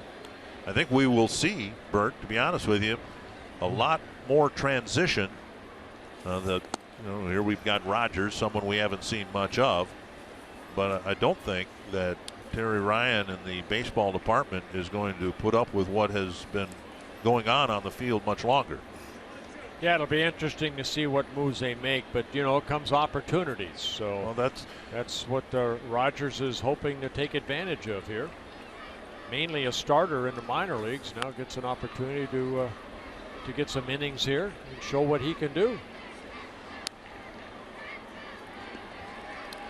As far as Berrios, I think we'll see him again. I know he's got great work habits. I think the 4 starts he had got a win in one of them. I think he's going to go down. I think it's a great learning experience. And you can almost say what Tyler Duffy went through when he had that first outing in Toronto, went back down and came back, and he's been red hot ever since. So you keep talking about it. Jack Morris does too. You have to have fastball command, and Berrios did not have that here, especially the other night. 2-2 to Iglesias. That's a foul ball.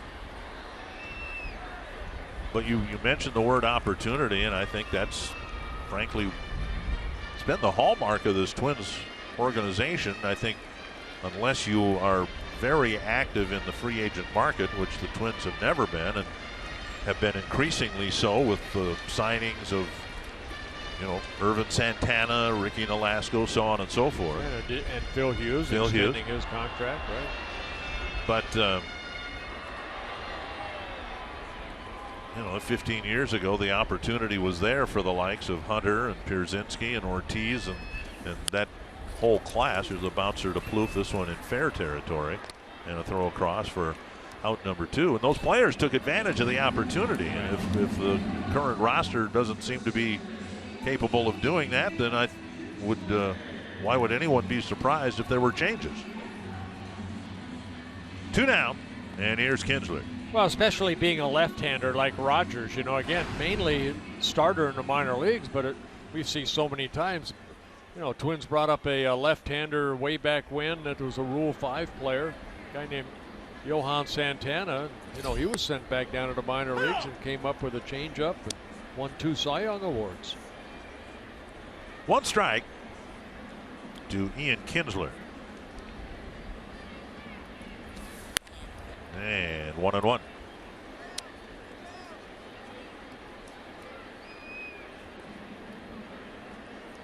The other night it was Pat Dean who came in relief of Berrios. He didn't dominate or anything like that, but he got enough outs to go deep into the ball game, and it will be Dean that will take over Berrios' spot in the rotation on Saturday. High fly to left. Rosario going back at the wall, leaps, and it is gone. Kinsler is homered now in 4 straight games. And home run number 10 on the year. First major league run allowed by Taylor Rogers.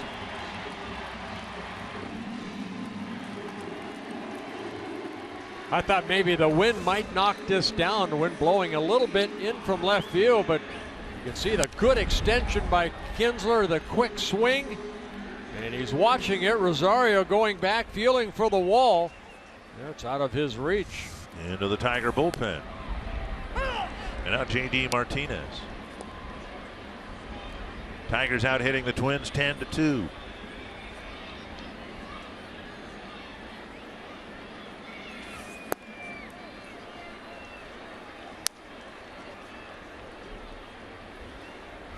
You know, Ricky Nolasco threw 101 pitches in 5 innings, and even though the line doesn't look good, I thought he battled. He really did. He had to get a lot of extra throws in because of some sloppy play behind him.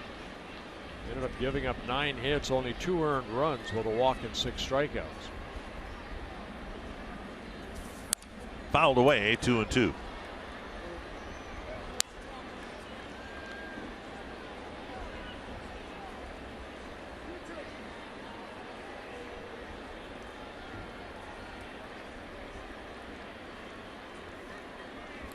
Martinez with a pair of hits, an RBI single in the first, a triple, and a run scored in the third.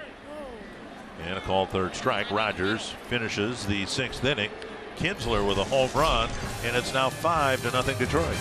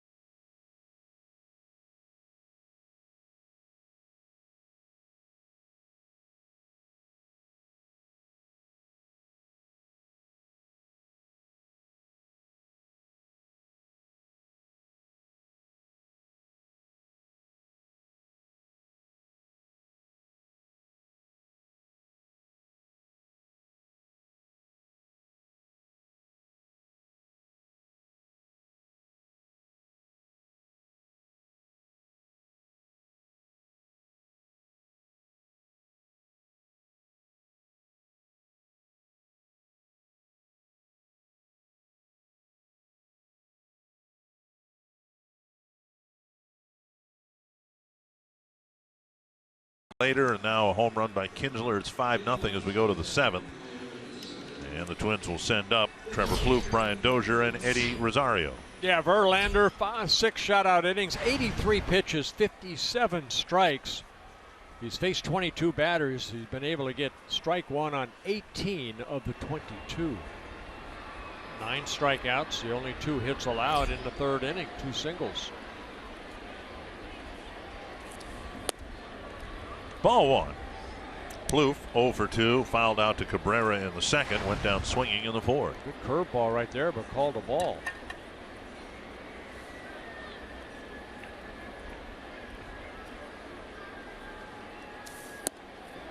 And outside 2-0.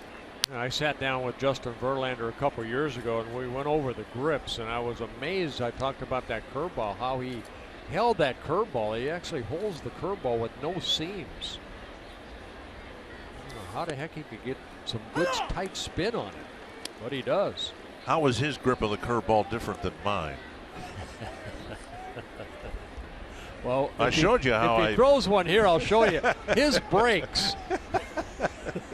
Hey, I think my philosophy with the curveball is if you throw it slow enough, gravity will be your friend. There's a good fastball right there at 93. Right? I mean, you're on a hill, right? You're pitching downhill. Yeah. If you throw it slow enough, gravity will work for you.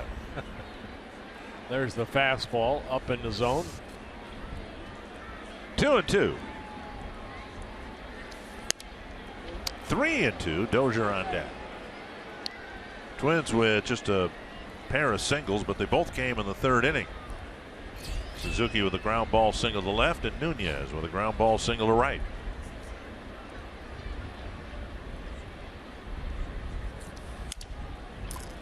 And into left center field, that'll drop in front of Maben for a base hit. Plouffe aboard. Third hit, got in on Plouffe a little bit, but he fought it off and hit it into short left center. Yeah, you know, a lot of people talk about my curveball. I always say it was a figment of your imagination that it broke, and I guess you're basically saying the same thing. It's a figment in your imagination that you think your curveball can break. That's right. Well, so many of them never ended up in the catcher's mitt. I threw some of those. Only about 430 of them. Here's Dozier. And a fastball, strike one.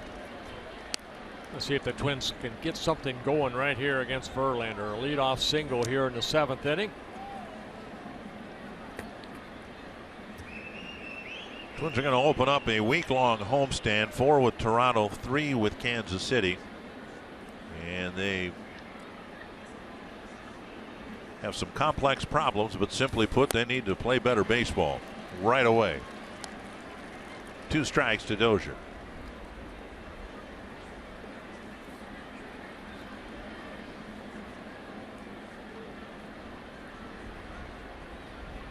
Dozier with a bouncer to short, drew a walk in the 4th inning.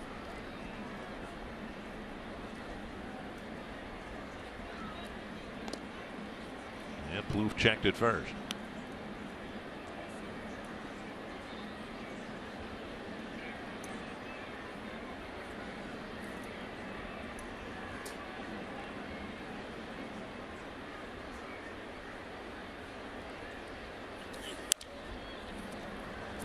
Pop up right side.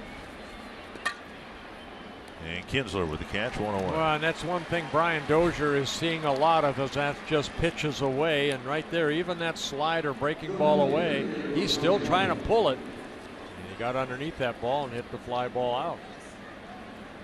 Believe it or not, the Blue Jays are having trouble scoring runs.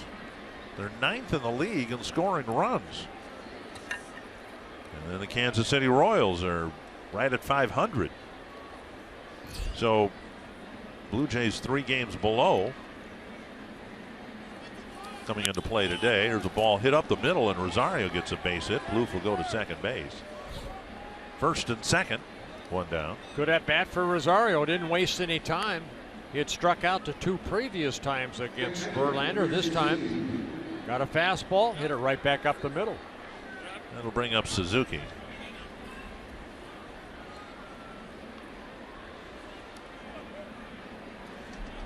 New ball put into play. Are they keeping that ball? Is that the 2000 hit he gave up? What is that?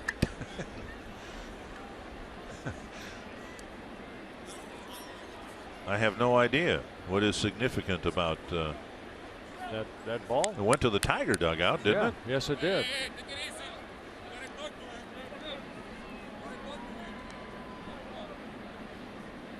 Saltalamacchia in front of home plate to give signals. Well, it's the 4th hit for the Twins, and Verlander came in with 1,945 hits allowed. So, but it's not like a mark. You wouldn't keep one anyway if it was 1,500th hit that he gave up. Yeah, they didn't find mine. Ball 1. Suzuki with a single to left, and then he popped up to Kinsler in the 5th inning.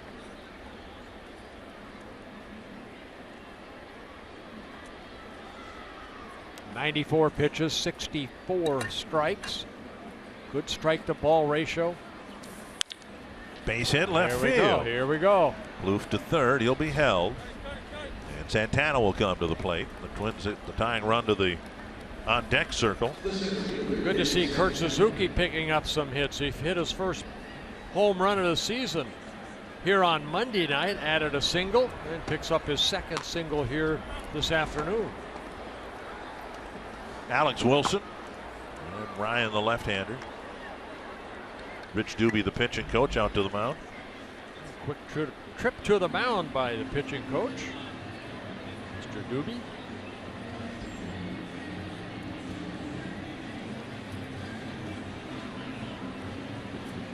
Brad Ausmus, as we started this series, was feeling the heat because of the poor 2 weeks that the Tigers had before opening their homestand. And hoping that the Tigers can sweep the Twins and then continue to do well, get back above the 500 mark. Big at bat now here for Santana. We need contact. We need contact. Fouled back. Santana struck out swinging twice. And Verlander, a strikeout pitcher, thinking, I need a strikeout. As Santana saying, I want to put this ball in play.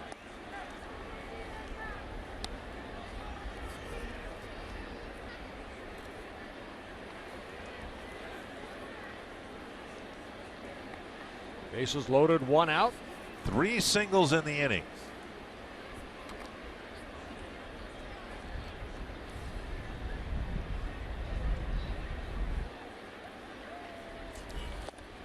Oh, 2. Yeah, rearing back for a little extra.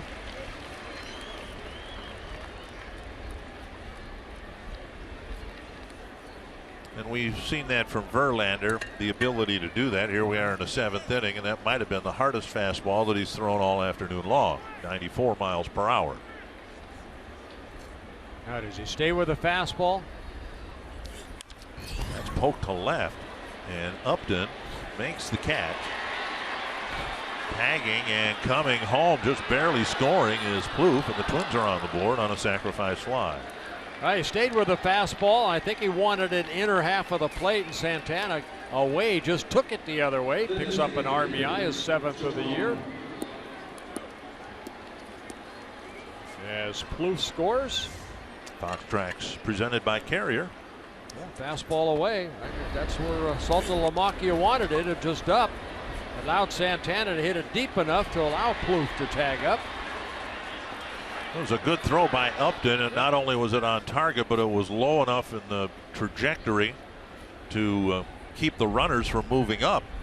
So first and second, and now running to third, with Rosario doing what Trevor Plouffe did the other day, taking advantage of Castellanos playing off the bag. And Rosario ends up at third base anyway with a stolen base before the pitch was thrown. Well, Rosario seeing that, I can beat him to third. And the ultimate surprise right there.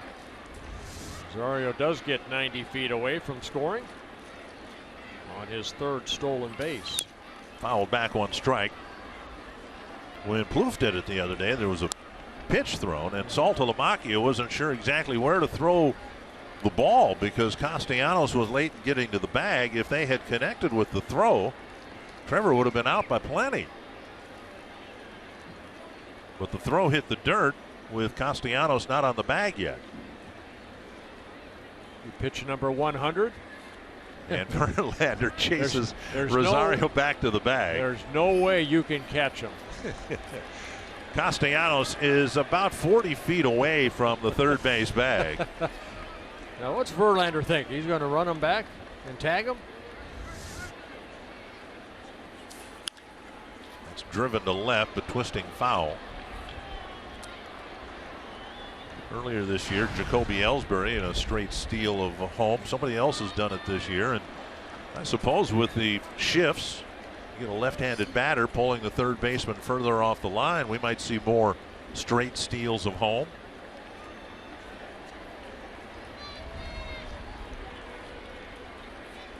Two strikes to Mauer. He struck out swinging his last time up. 1-2. And I think a lot of times in situations like this with 2 outs, you would, as a pitcher, you would rather go into the windup, but because of the shift, if he goes into the windup, that allows Rosario to come down maybe a halfway as far as Castellanos off the bag. So Verlander staying in the stretch.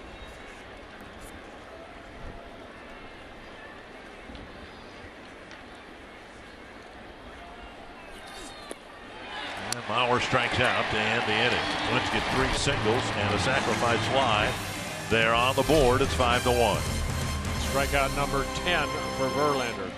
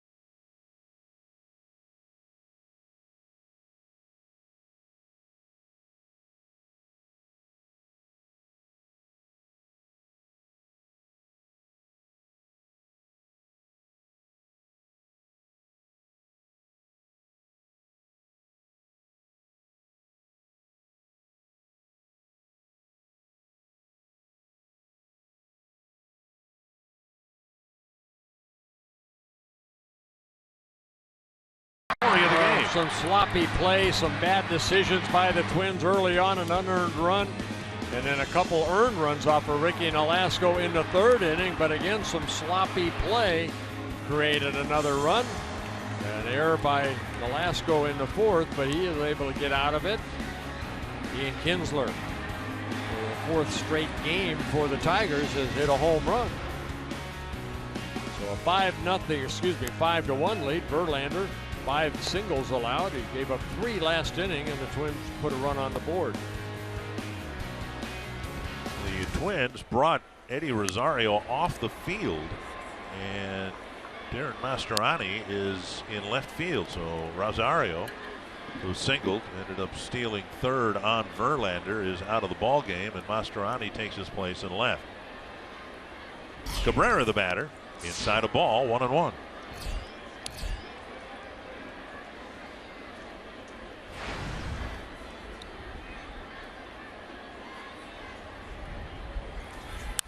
And a base hit to right for Cabrera.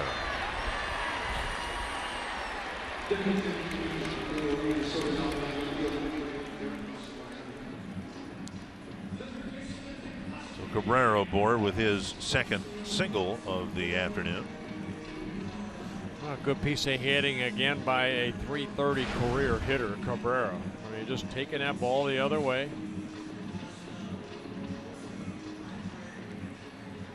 Say .330, .321 coming into this year, career hitter. Castellanos with a double and 3 trips. Ball 1.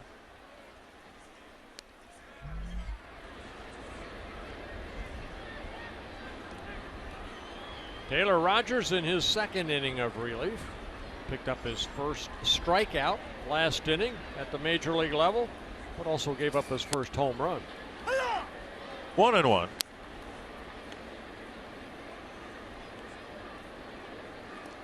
Rogers has a twin brother, Tyler. That's a right-handed pitcher. He's in the Giant organization. Currently at Double-A. Base hit to left. Castellanos continues to swing the bat well. 1st and 2nd, nobody out. This copyrighted telecast presented by the authority of the Minnesota Twins and may not be reproduced or retransmitted in any form.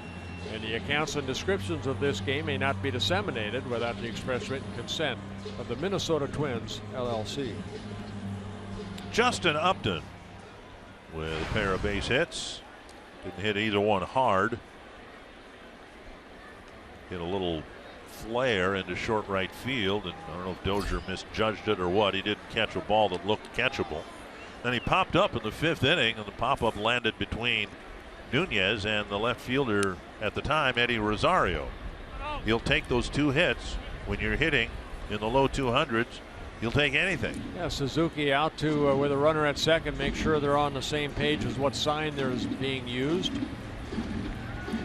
Rogers again just getting called up from Rochester, making his 2nd major league appearance. Twins signed him in 2012 out of the University of Kentucky. Born in Littleton, Colorado.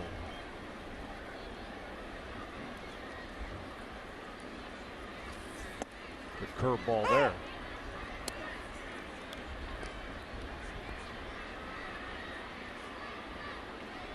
One and one.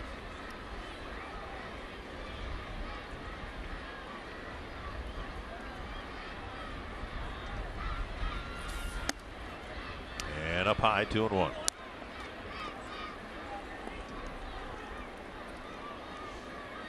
Upton last year with the Padres in his only season with the Padres hit .251, hit 26 home runs, drove in 81.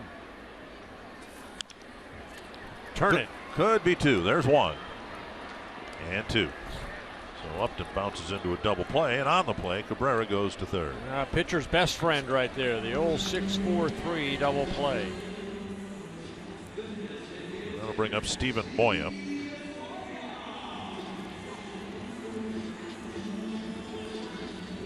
Moya 0 for 3, 2 strikeouts, and he hit a 1-hopper back to Nolasco back in the 5th inning.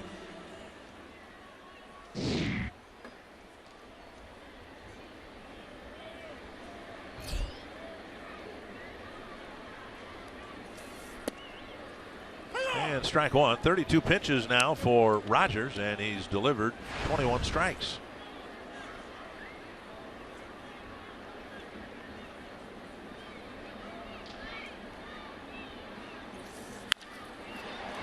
Ball hit to center. That'll drop in front of Santana.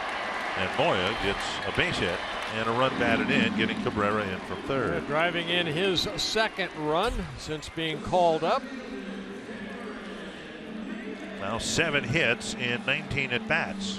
And that'll bring up Cameron Maybin. A couple times here this afternoon, the Tigers have done a good job of 2-out hitting, something the Twins have had trouble doing. Moya right there with 2 outs after the double play of Upton. Delivers Cabrera in from 3rd base.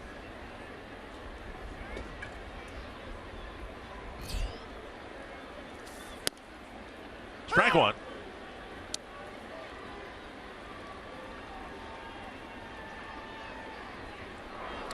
Michael Tonkin warming up.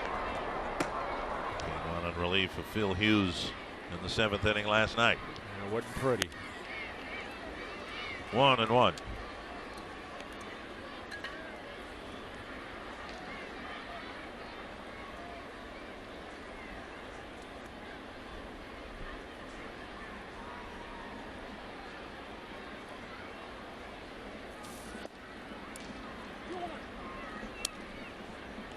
Two and one.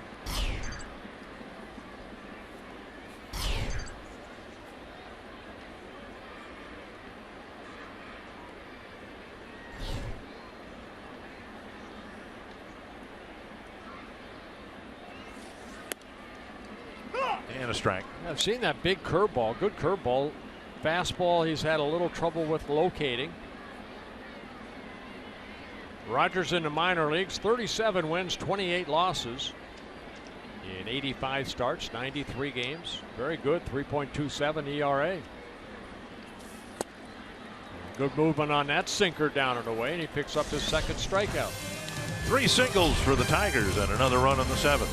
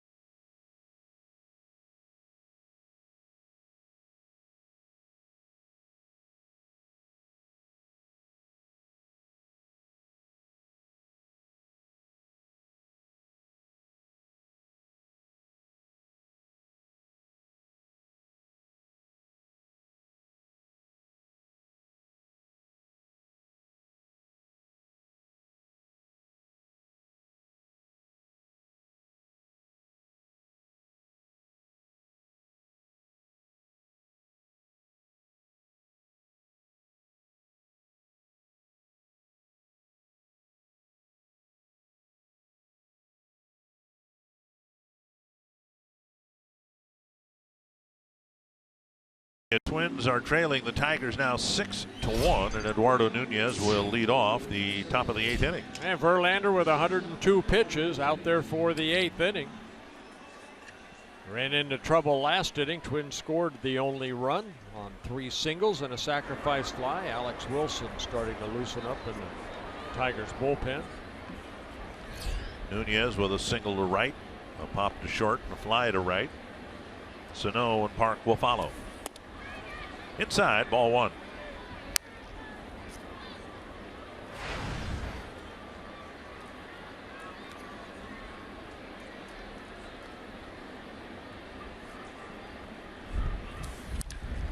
Driven deep to left center field and off the fence. Nunez spins around first, and he'll go to second with a stand-up double.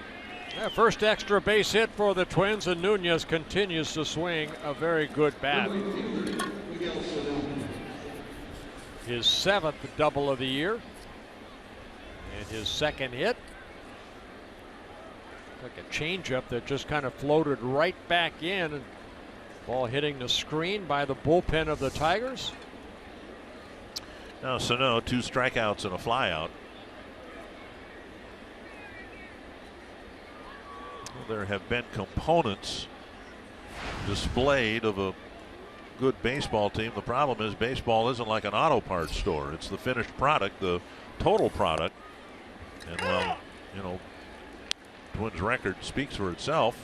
You got guys like Nunez who are hitting the ball well. Park has done well. Sano showing signs of recovering from an early season slump. And a towering fly to left, playable for Upton. 1 down. And that'll bring up Park. The Budweiser Roof Deck is the ultimate Minnesota Twins outdoor experience. The roof deck is available for your group of 250 guests on both Independence and Labor Day weekends. Your clients and staff will love the views, the amenities, the large fire, everything you need for mixing game time with social time. Go to twinsbaseball.com/groups. Learn more about how your group can experience the Budweiser Roof Deck. Here is Park. Now that's a roof deck here in Detroit on top of that building right behind center field. Yeah. It's Detroit Athletic Club. And it's a nice enough afternoon here. The weather this weekend is supposed to be beautiful. Thursday through Sunday, getting a little bit warmer every day according to the forecast I checked. We've had enough rain. We've seen enough rain, haven't we, at the ballpark this year? Yes, we have. Hopefully it'll be a clean summer as far as the weather from here on out.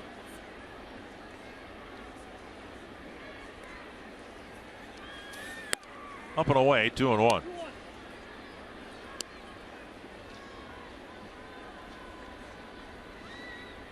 Park with a strikeout, a pop-up, and a ground ball. You know, Verlander, one of those guys, it's not the 100 pitch count. It's more right around 120. I think that's the mark that they look at Justin Verlander when he's out on that mound. Watch out. Over the head of Gene Glenn. 2-2. It's a good thing he's short enough already. Didn't take him long to get down.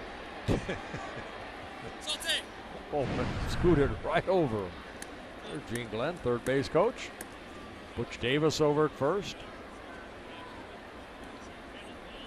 But in the case of this game here today, there hasn't really been one pitch that Verlander has thrown that's been under duress. No. A little bit last inning, you know, with the bases loaded, Yeah, 1 out. leading by 5 runs or Right, whatever. But right. so it's been a relatively stress-free afternoon. 2-2 to Park. Twins trying to take advantage of Nunez's leadoff double. Blocked by Saltalamacchia.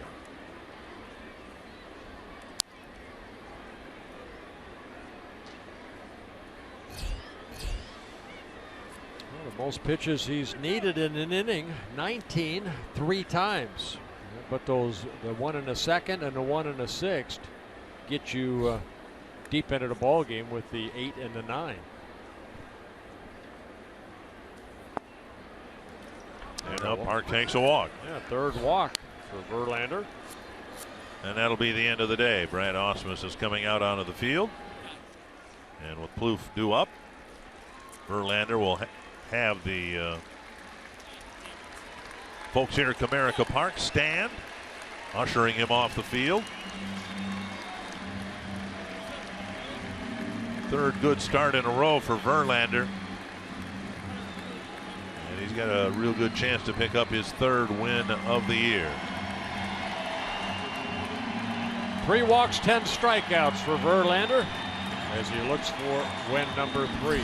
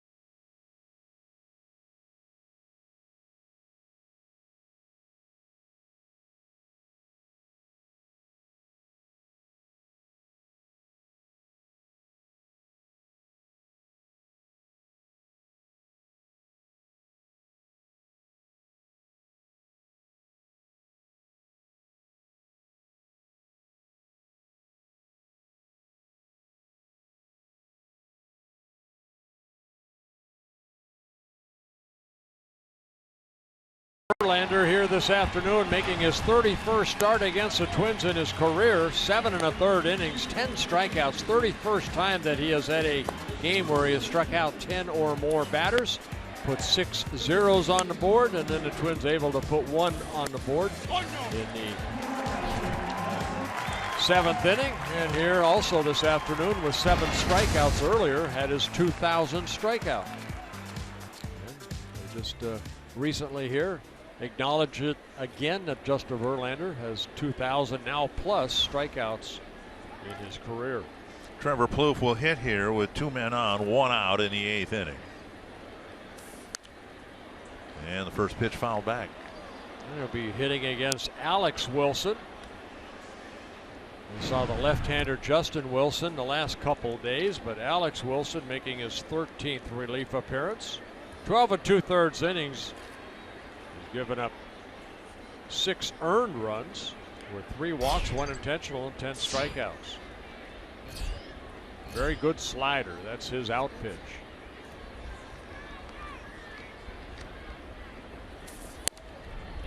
And missing outside, 1-1.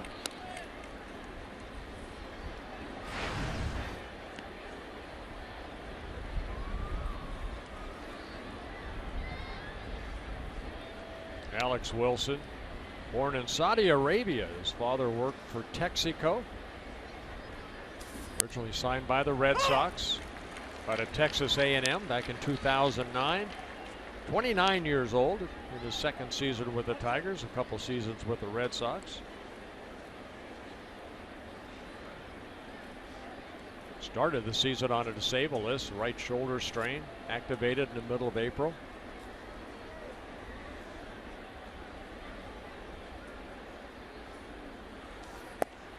And down and away, 2-2.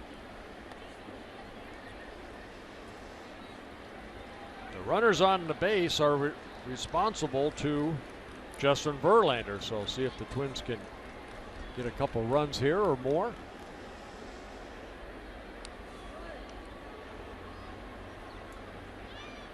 Or Verlander working off the third base side of the pitching rubber. Wilson off the first base side. kicks away from Saltalamacchia, so the two runners will both be in scoring position now. Nunez to third and Park to second. A wild pitch charge to Wilson, his first wild pitch of the year.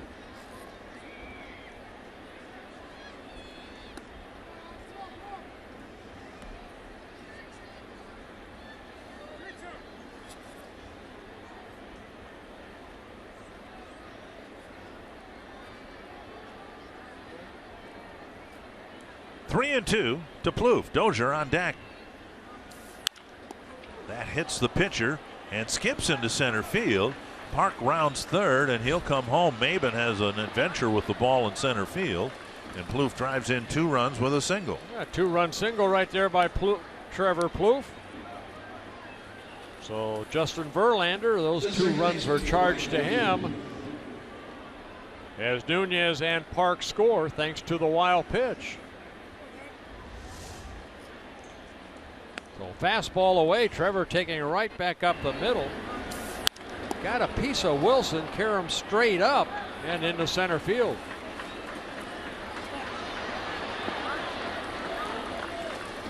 Well, with 1 out, the Twins have scored a couple here in the 8th inning. And now Dozier at the plate with Mastroeni on deck. Remember the last time that Verlander left the ball game was last year in July, and the Twins came back and rallied and won that ball game.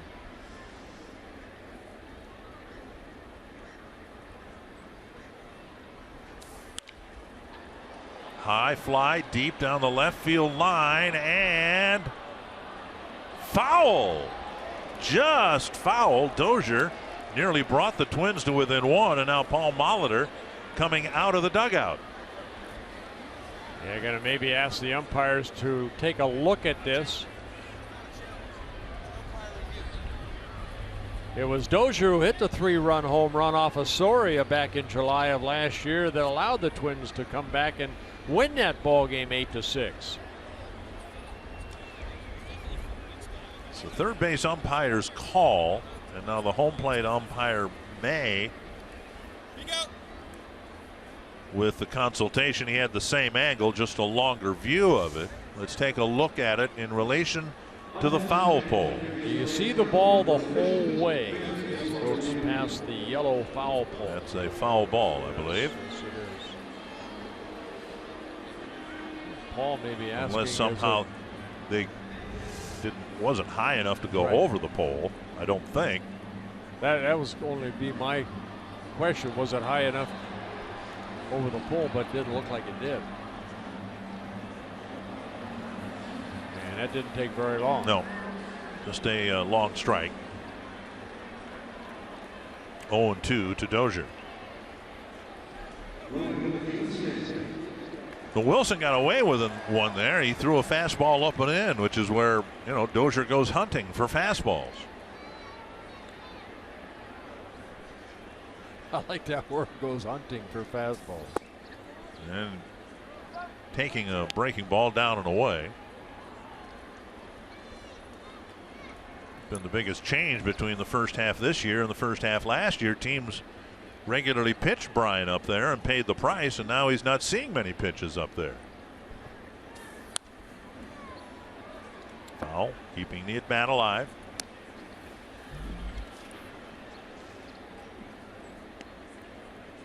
Two on the board.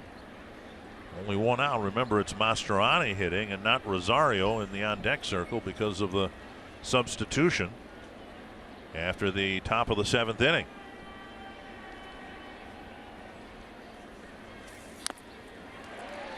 And a breaking ball down and away. Dozier saying he fouled it into the dirt. And first base umpire Corey Blazer is going to back him up. So the at-bat's still alive, but again, a breaking ball down and away. Well, again, that's his out pitch, that slider. Brian just getting a piece of it.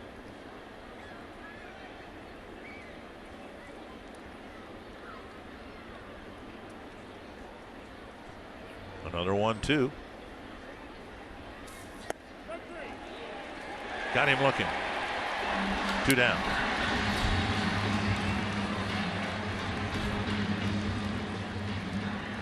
That'll bring up Mastroianni. Is that slider or cutter inside? Fox Strikes had it inside. You're right. Saltalamacchia holding it, and he got the call.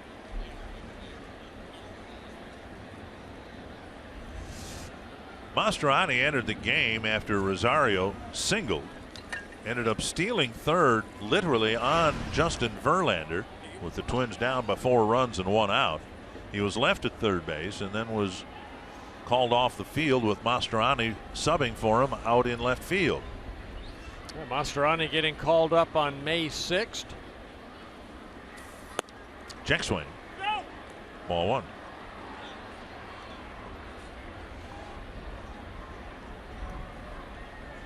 Oh for 7 so far as Mastroianni. He has struck out 4 times.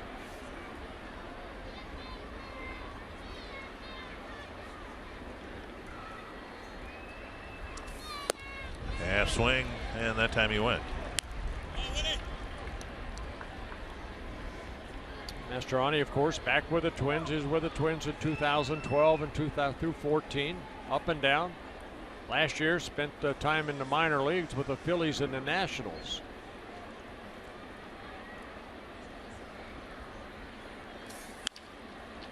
Bouncer to short.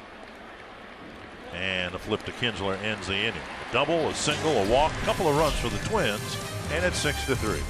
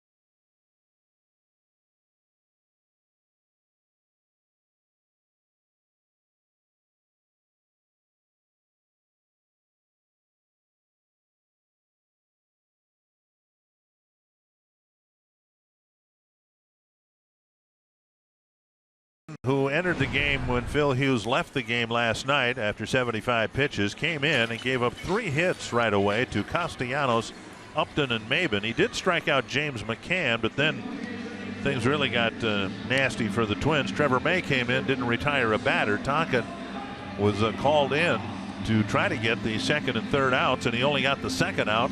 And by that time, the Tigers had tied the game. Yeah, again, you mentioned he had a 2-1 lead. He gave up the 3 hits. He ended up getting the loss in that ball game in the 7-2 loss through 18 pitches, 10 for strikes, making his 18th relief appearance out of the bullpen.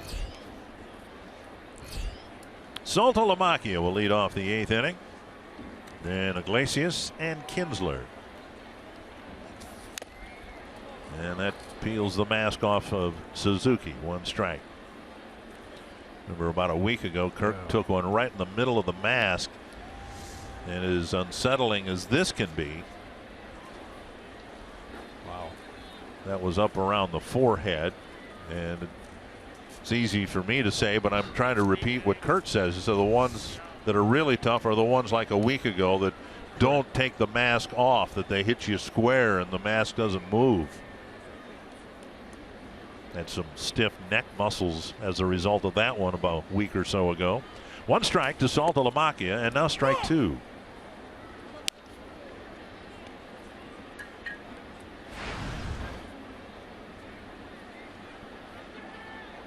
Catchers definitely are a different breed. That's Tim Laudner. They're weird breeds too. You know, I was bored one day on the bench and I thought, you know, I'm going to sit when our catchers go out and put their mask on. I'm going to do the same thing. I had a catcher's mask. The next day, my neck was so sore. How the heck they put that baby on? That was probably back in the day when they had the big, heavy bars, not the skinnier ones. No, like not it was heavy. Right. Tonkin coming in, picking up a strikeout. Saltalamacchia strikes out for the second time. 1 down, and now Iglesias.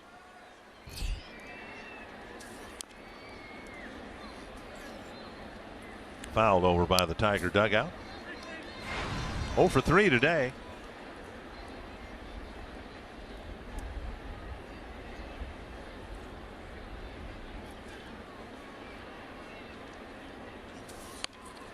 Oh my.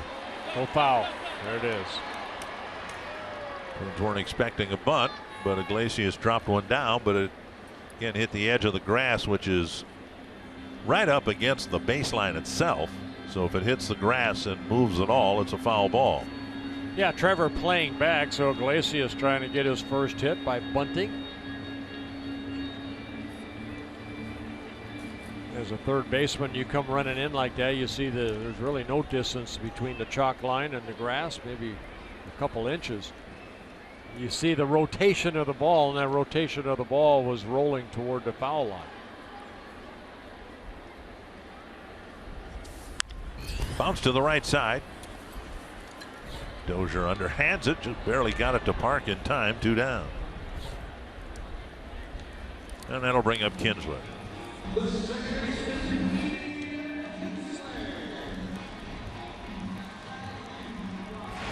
Kinsler homered his last time up. 3 hits in the day. He was given a hit in his first inning at bat. Yeah, I disagree with that. You don't disagree with me saying it. You disagree with the official score. The official score. I do too, because I had it written down error all the way, a 2-base error on Nunez, but they did give him an infield hit. But I thought the ball that Upton hit in the 3rd inning that Dozier fanned on should have been an error too. 1 strike to Kinsler. As it is, the only 3 errors in the game belong to the Twins. You got 1 by Nunez, 1 by Sano, and 1 by Ricky Nolasco. Francisco Rodriguez warming up. It's the same situation right now with a 3-run lead and 1 inning worth of at bats left.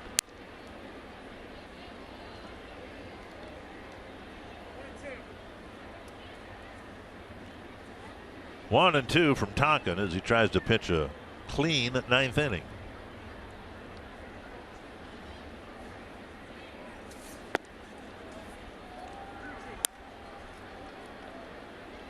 Two and 2.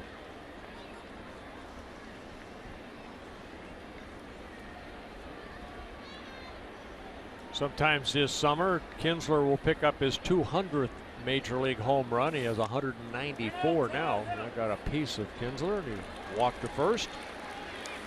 Being clipped by the pitch inside. And that'll bring up J.D. Martinez. The running fastball. Oh, you got the right arm, the elbow area of Kinsler.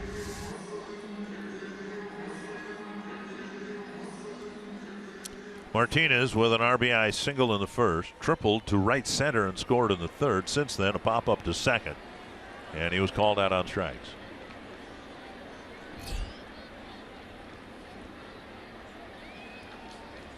And they've got Kinsler picked off. And Park tags him out, and that ends the inning. A 3-run lead for the Tigers as we go to the ninth.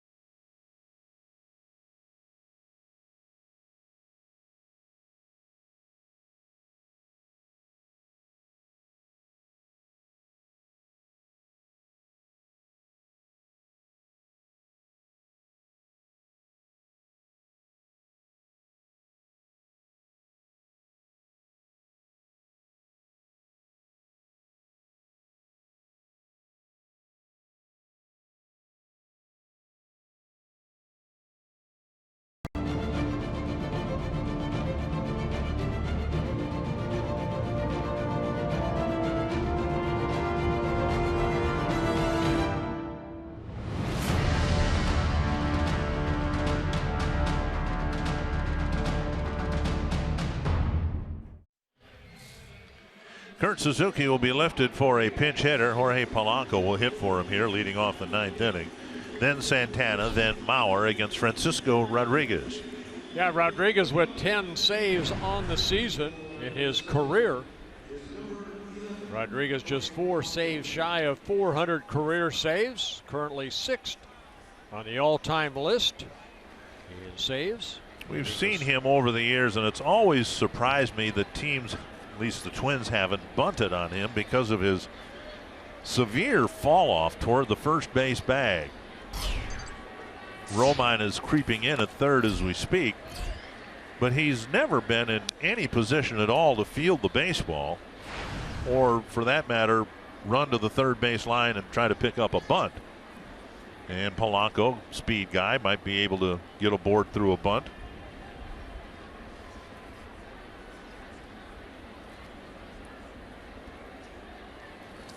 Squaring and taking ball 2.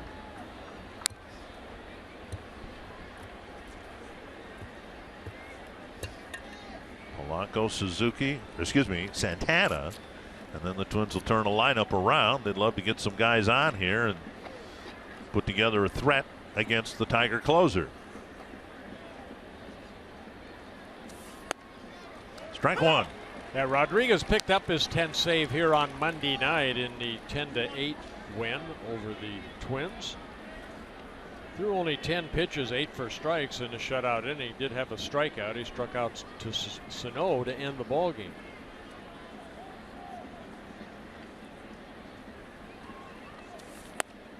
Strike called again, and Polanco reacts. 2-2.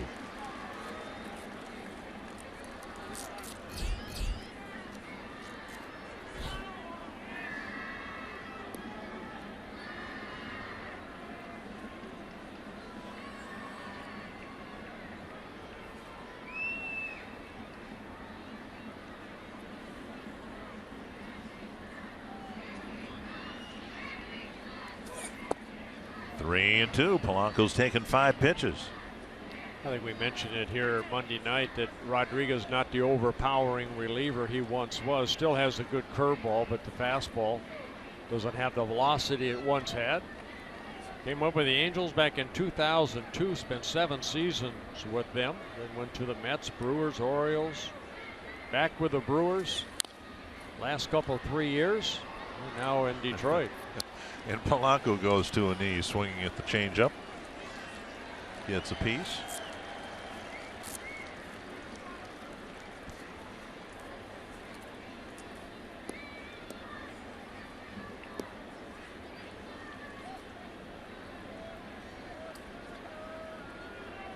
Full count.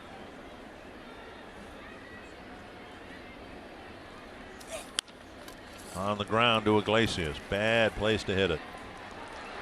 Weird footwork at first by Cabrera, but out number one. Twins return home after the game, and let's check out what's next. Brought to you by CenturyLink. Marco Estrada going for the Toronto Blue Jays against Irvin Santana. Again, the Blue Jays struggling to score runs here. They're 9th in the league in run scoring. So you're saying it might be a pitcher's duel? Well, you're the one that predicted a 1-0 game last night. It was 1-0 until the 5th inning. Well, I didn't say how long it was going to be 1-0. Monday night's game was 1-0 at one point. Just happened to be after the first pitch. One strike to Santana.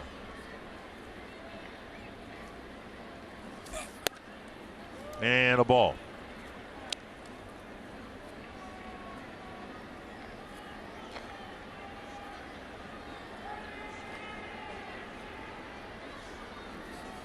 Santana drove in a run, the first Twins run, with a fly ball in the 7th. 0 for 2, striking out against Verlander the other 2 times. And now behind in the count, 1-2.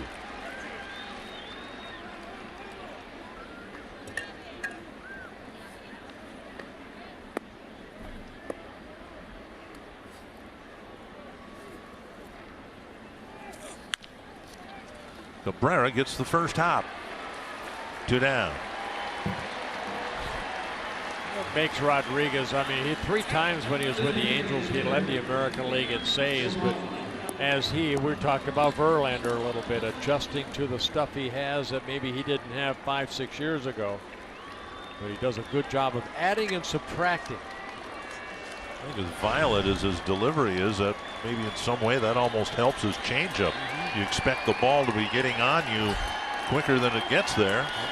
2 down, and now Mauer. Joe 0 for 3 with a walk. Struck out a couple times here this afternoon. Ball 1.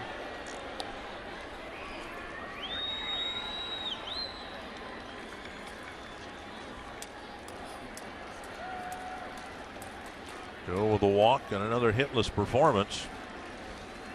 Got off to a really good start this year, but the last few weeks have not been very good at all for Joe. Average down in the 260s. He faced Rodriguez here on Monday. First batter that Rodriguez faced, and Joe hit a ground ball to short for an out.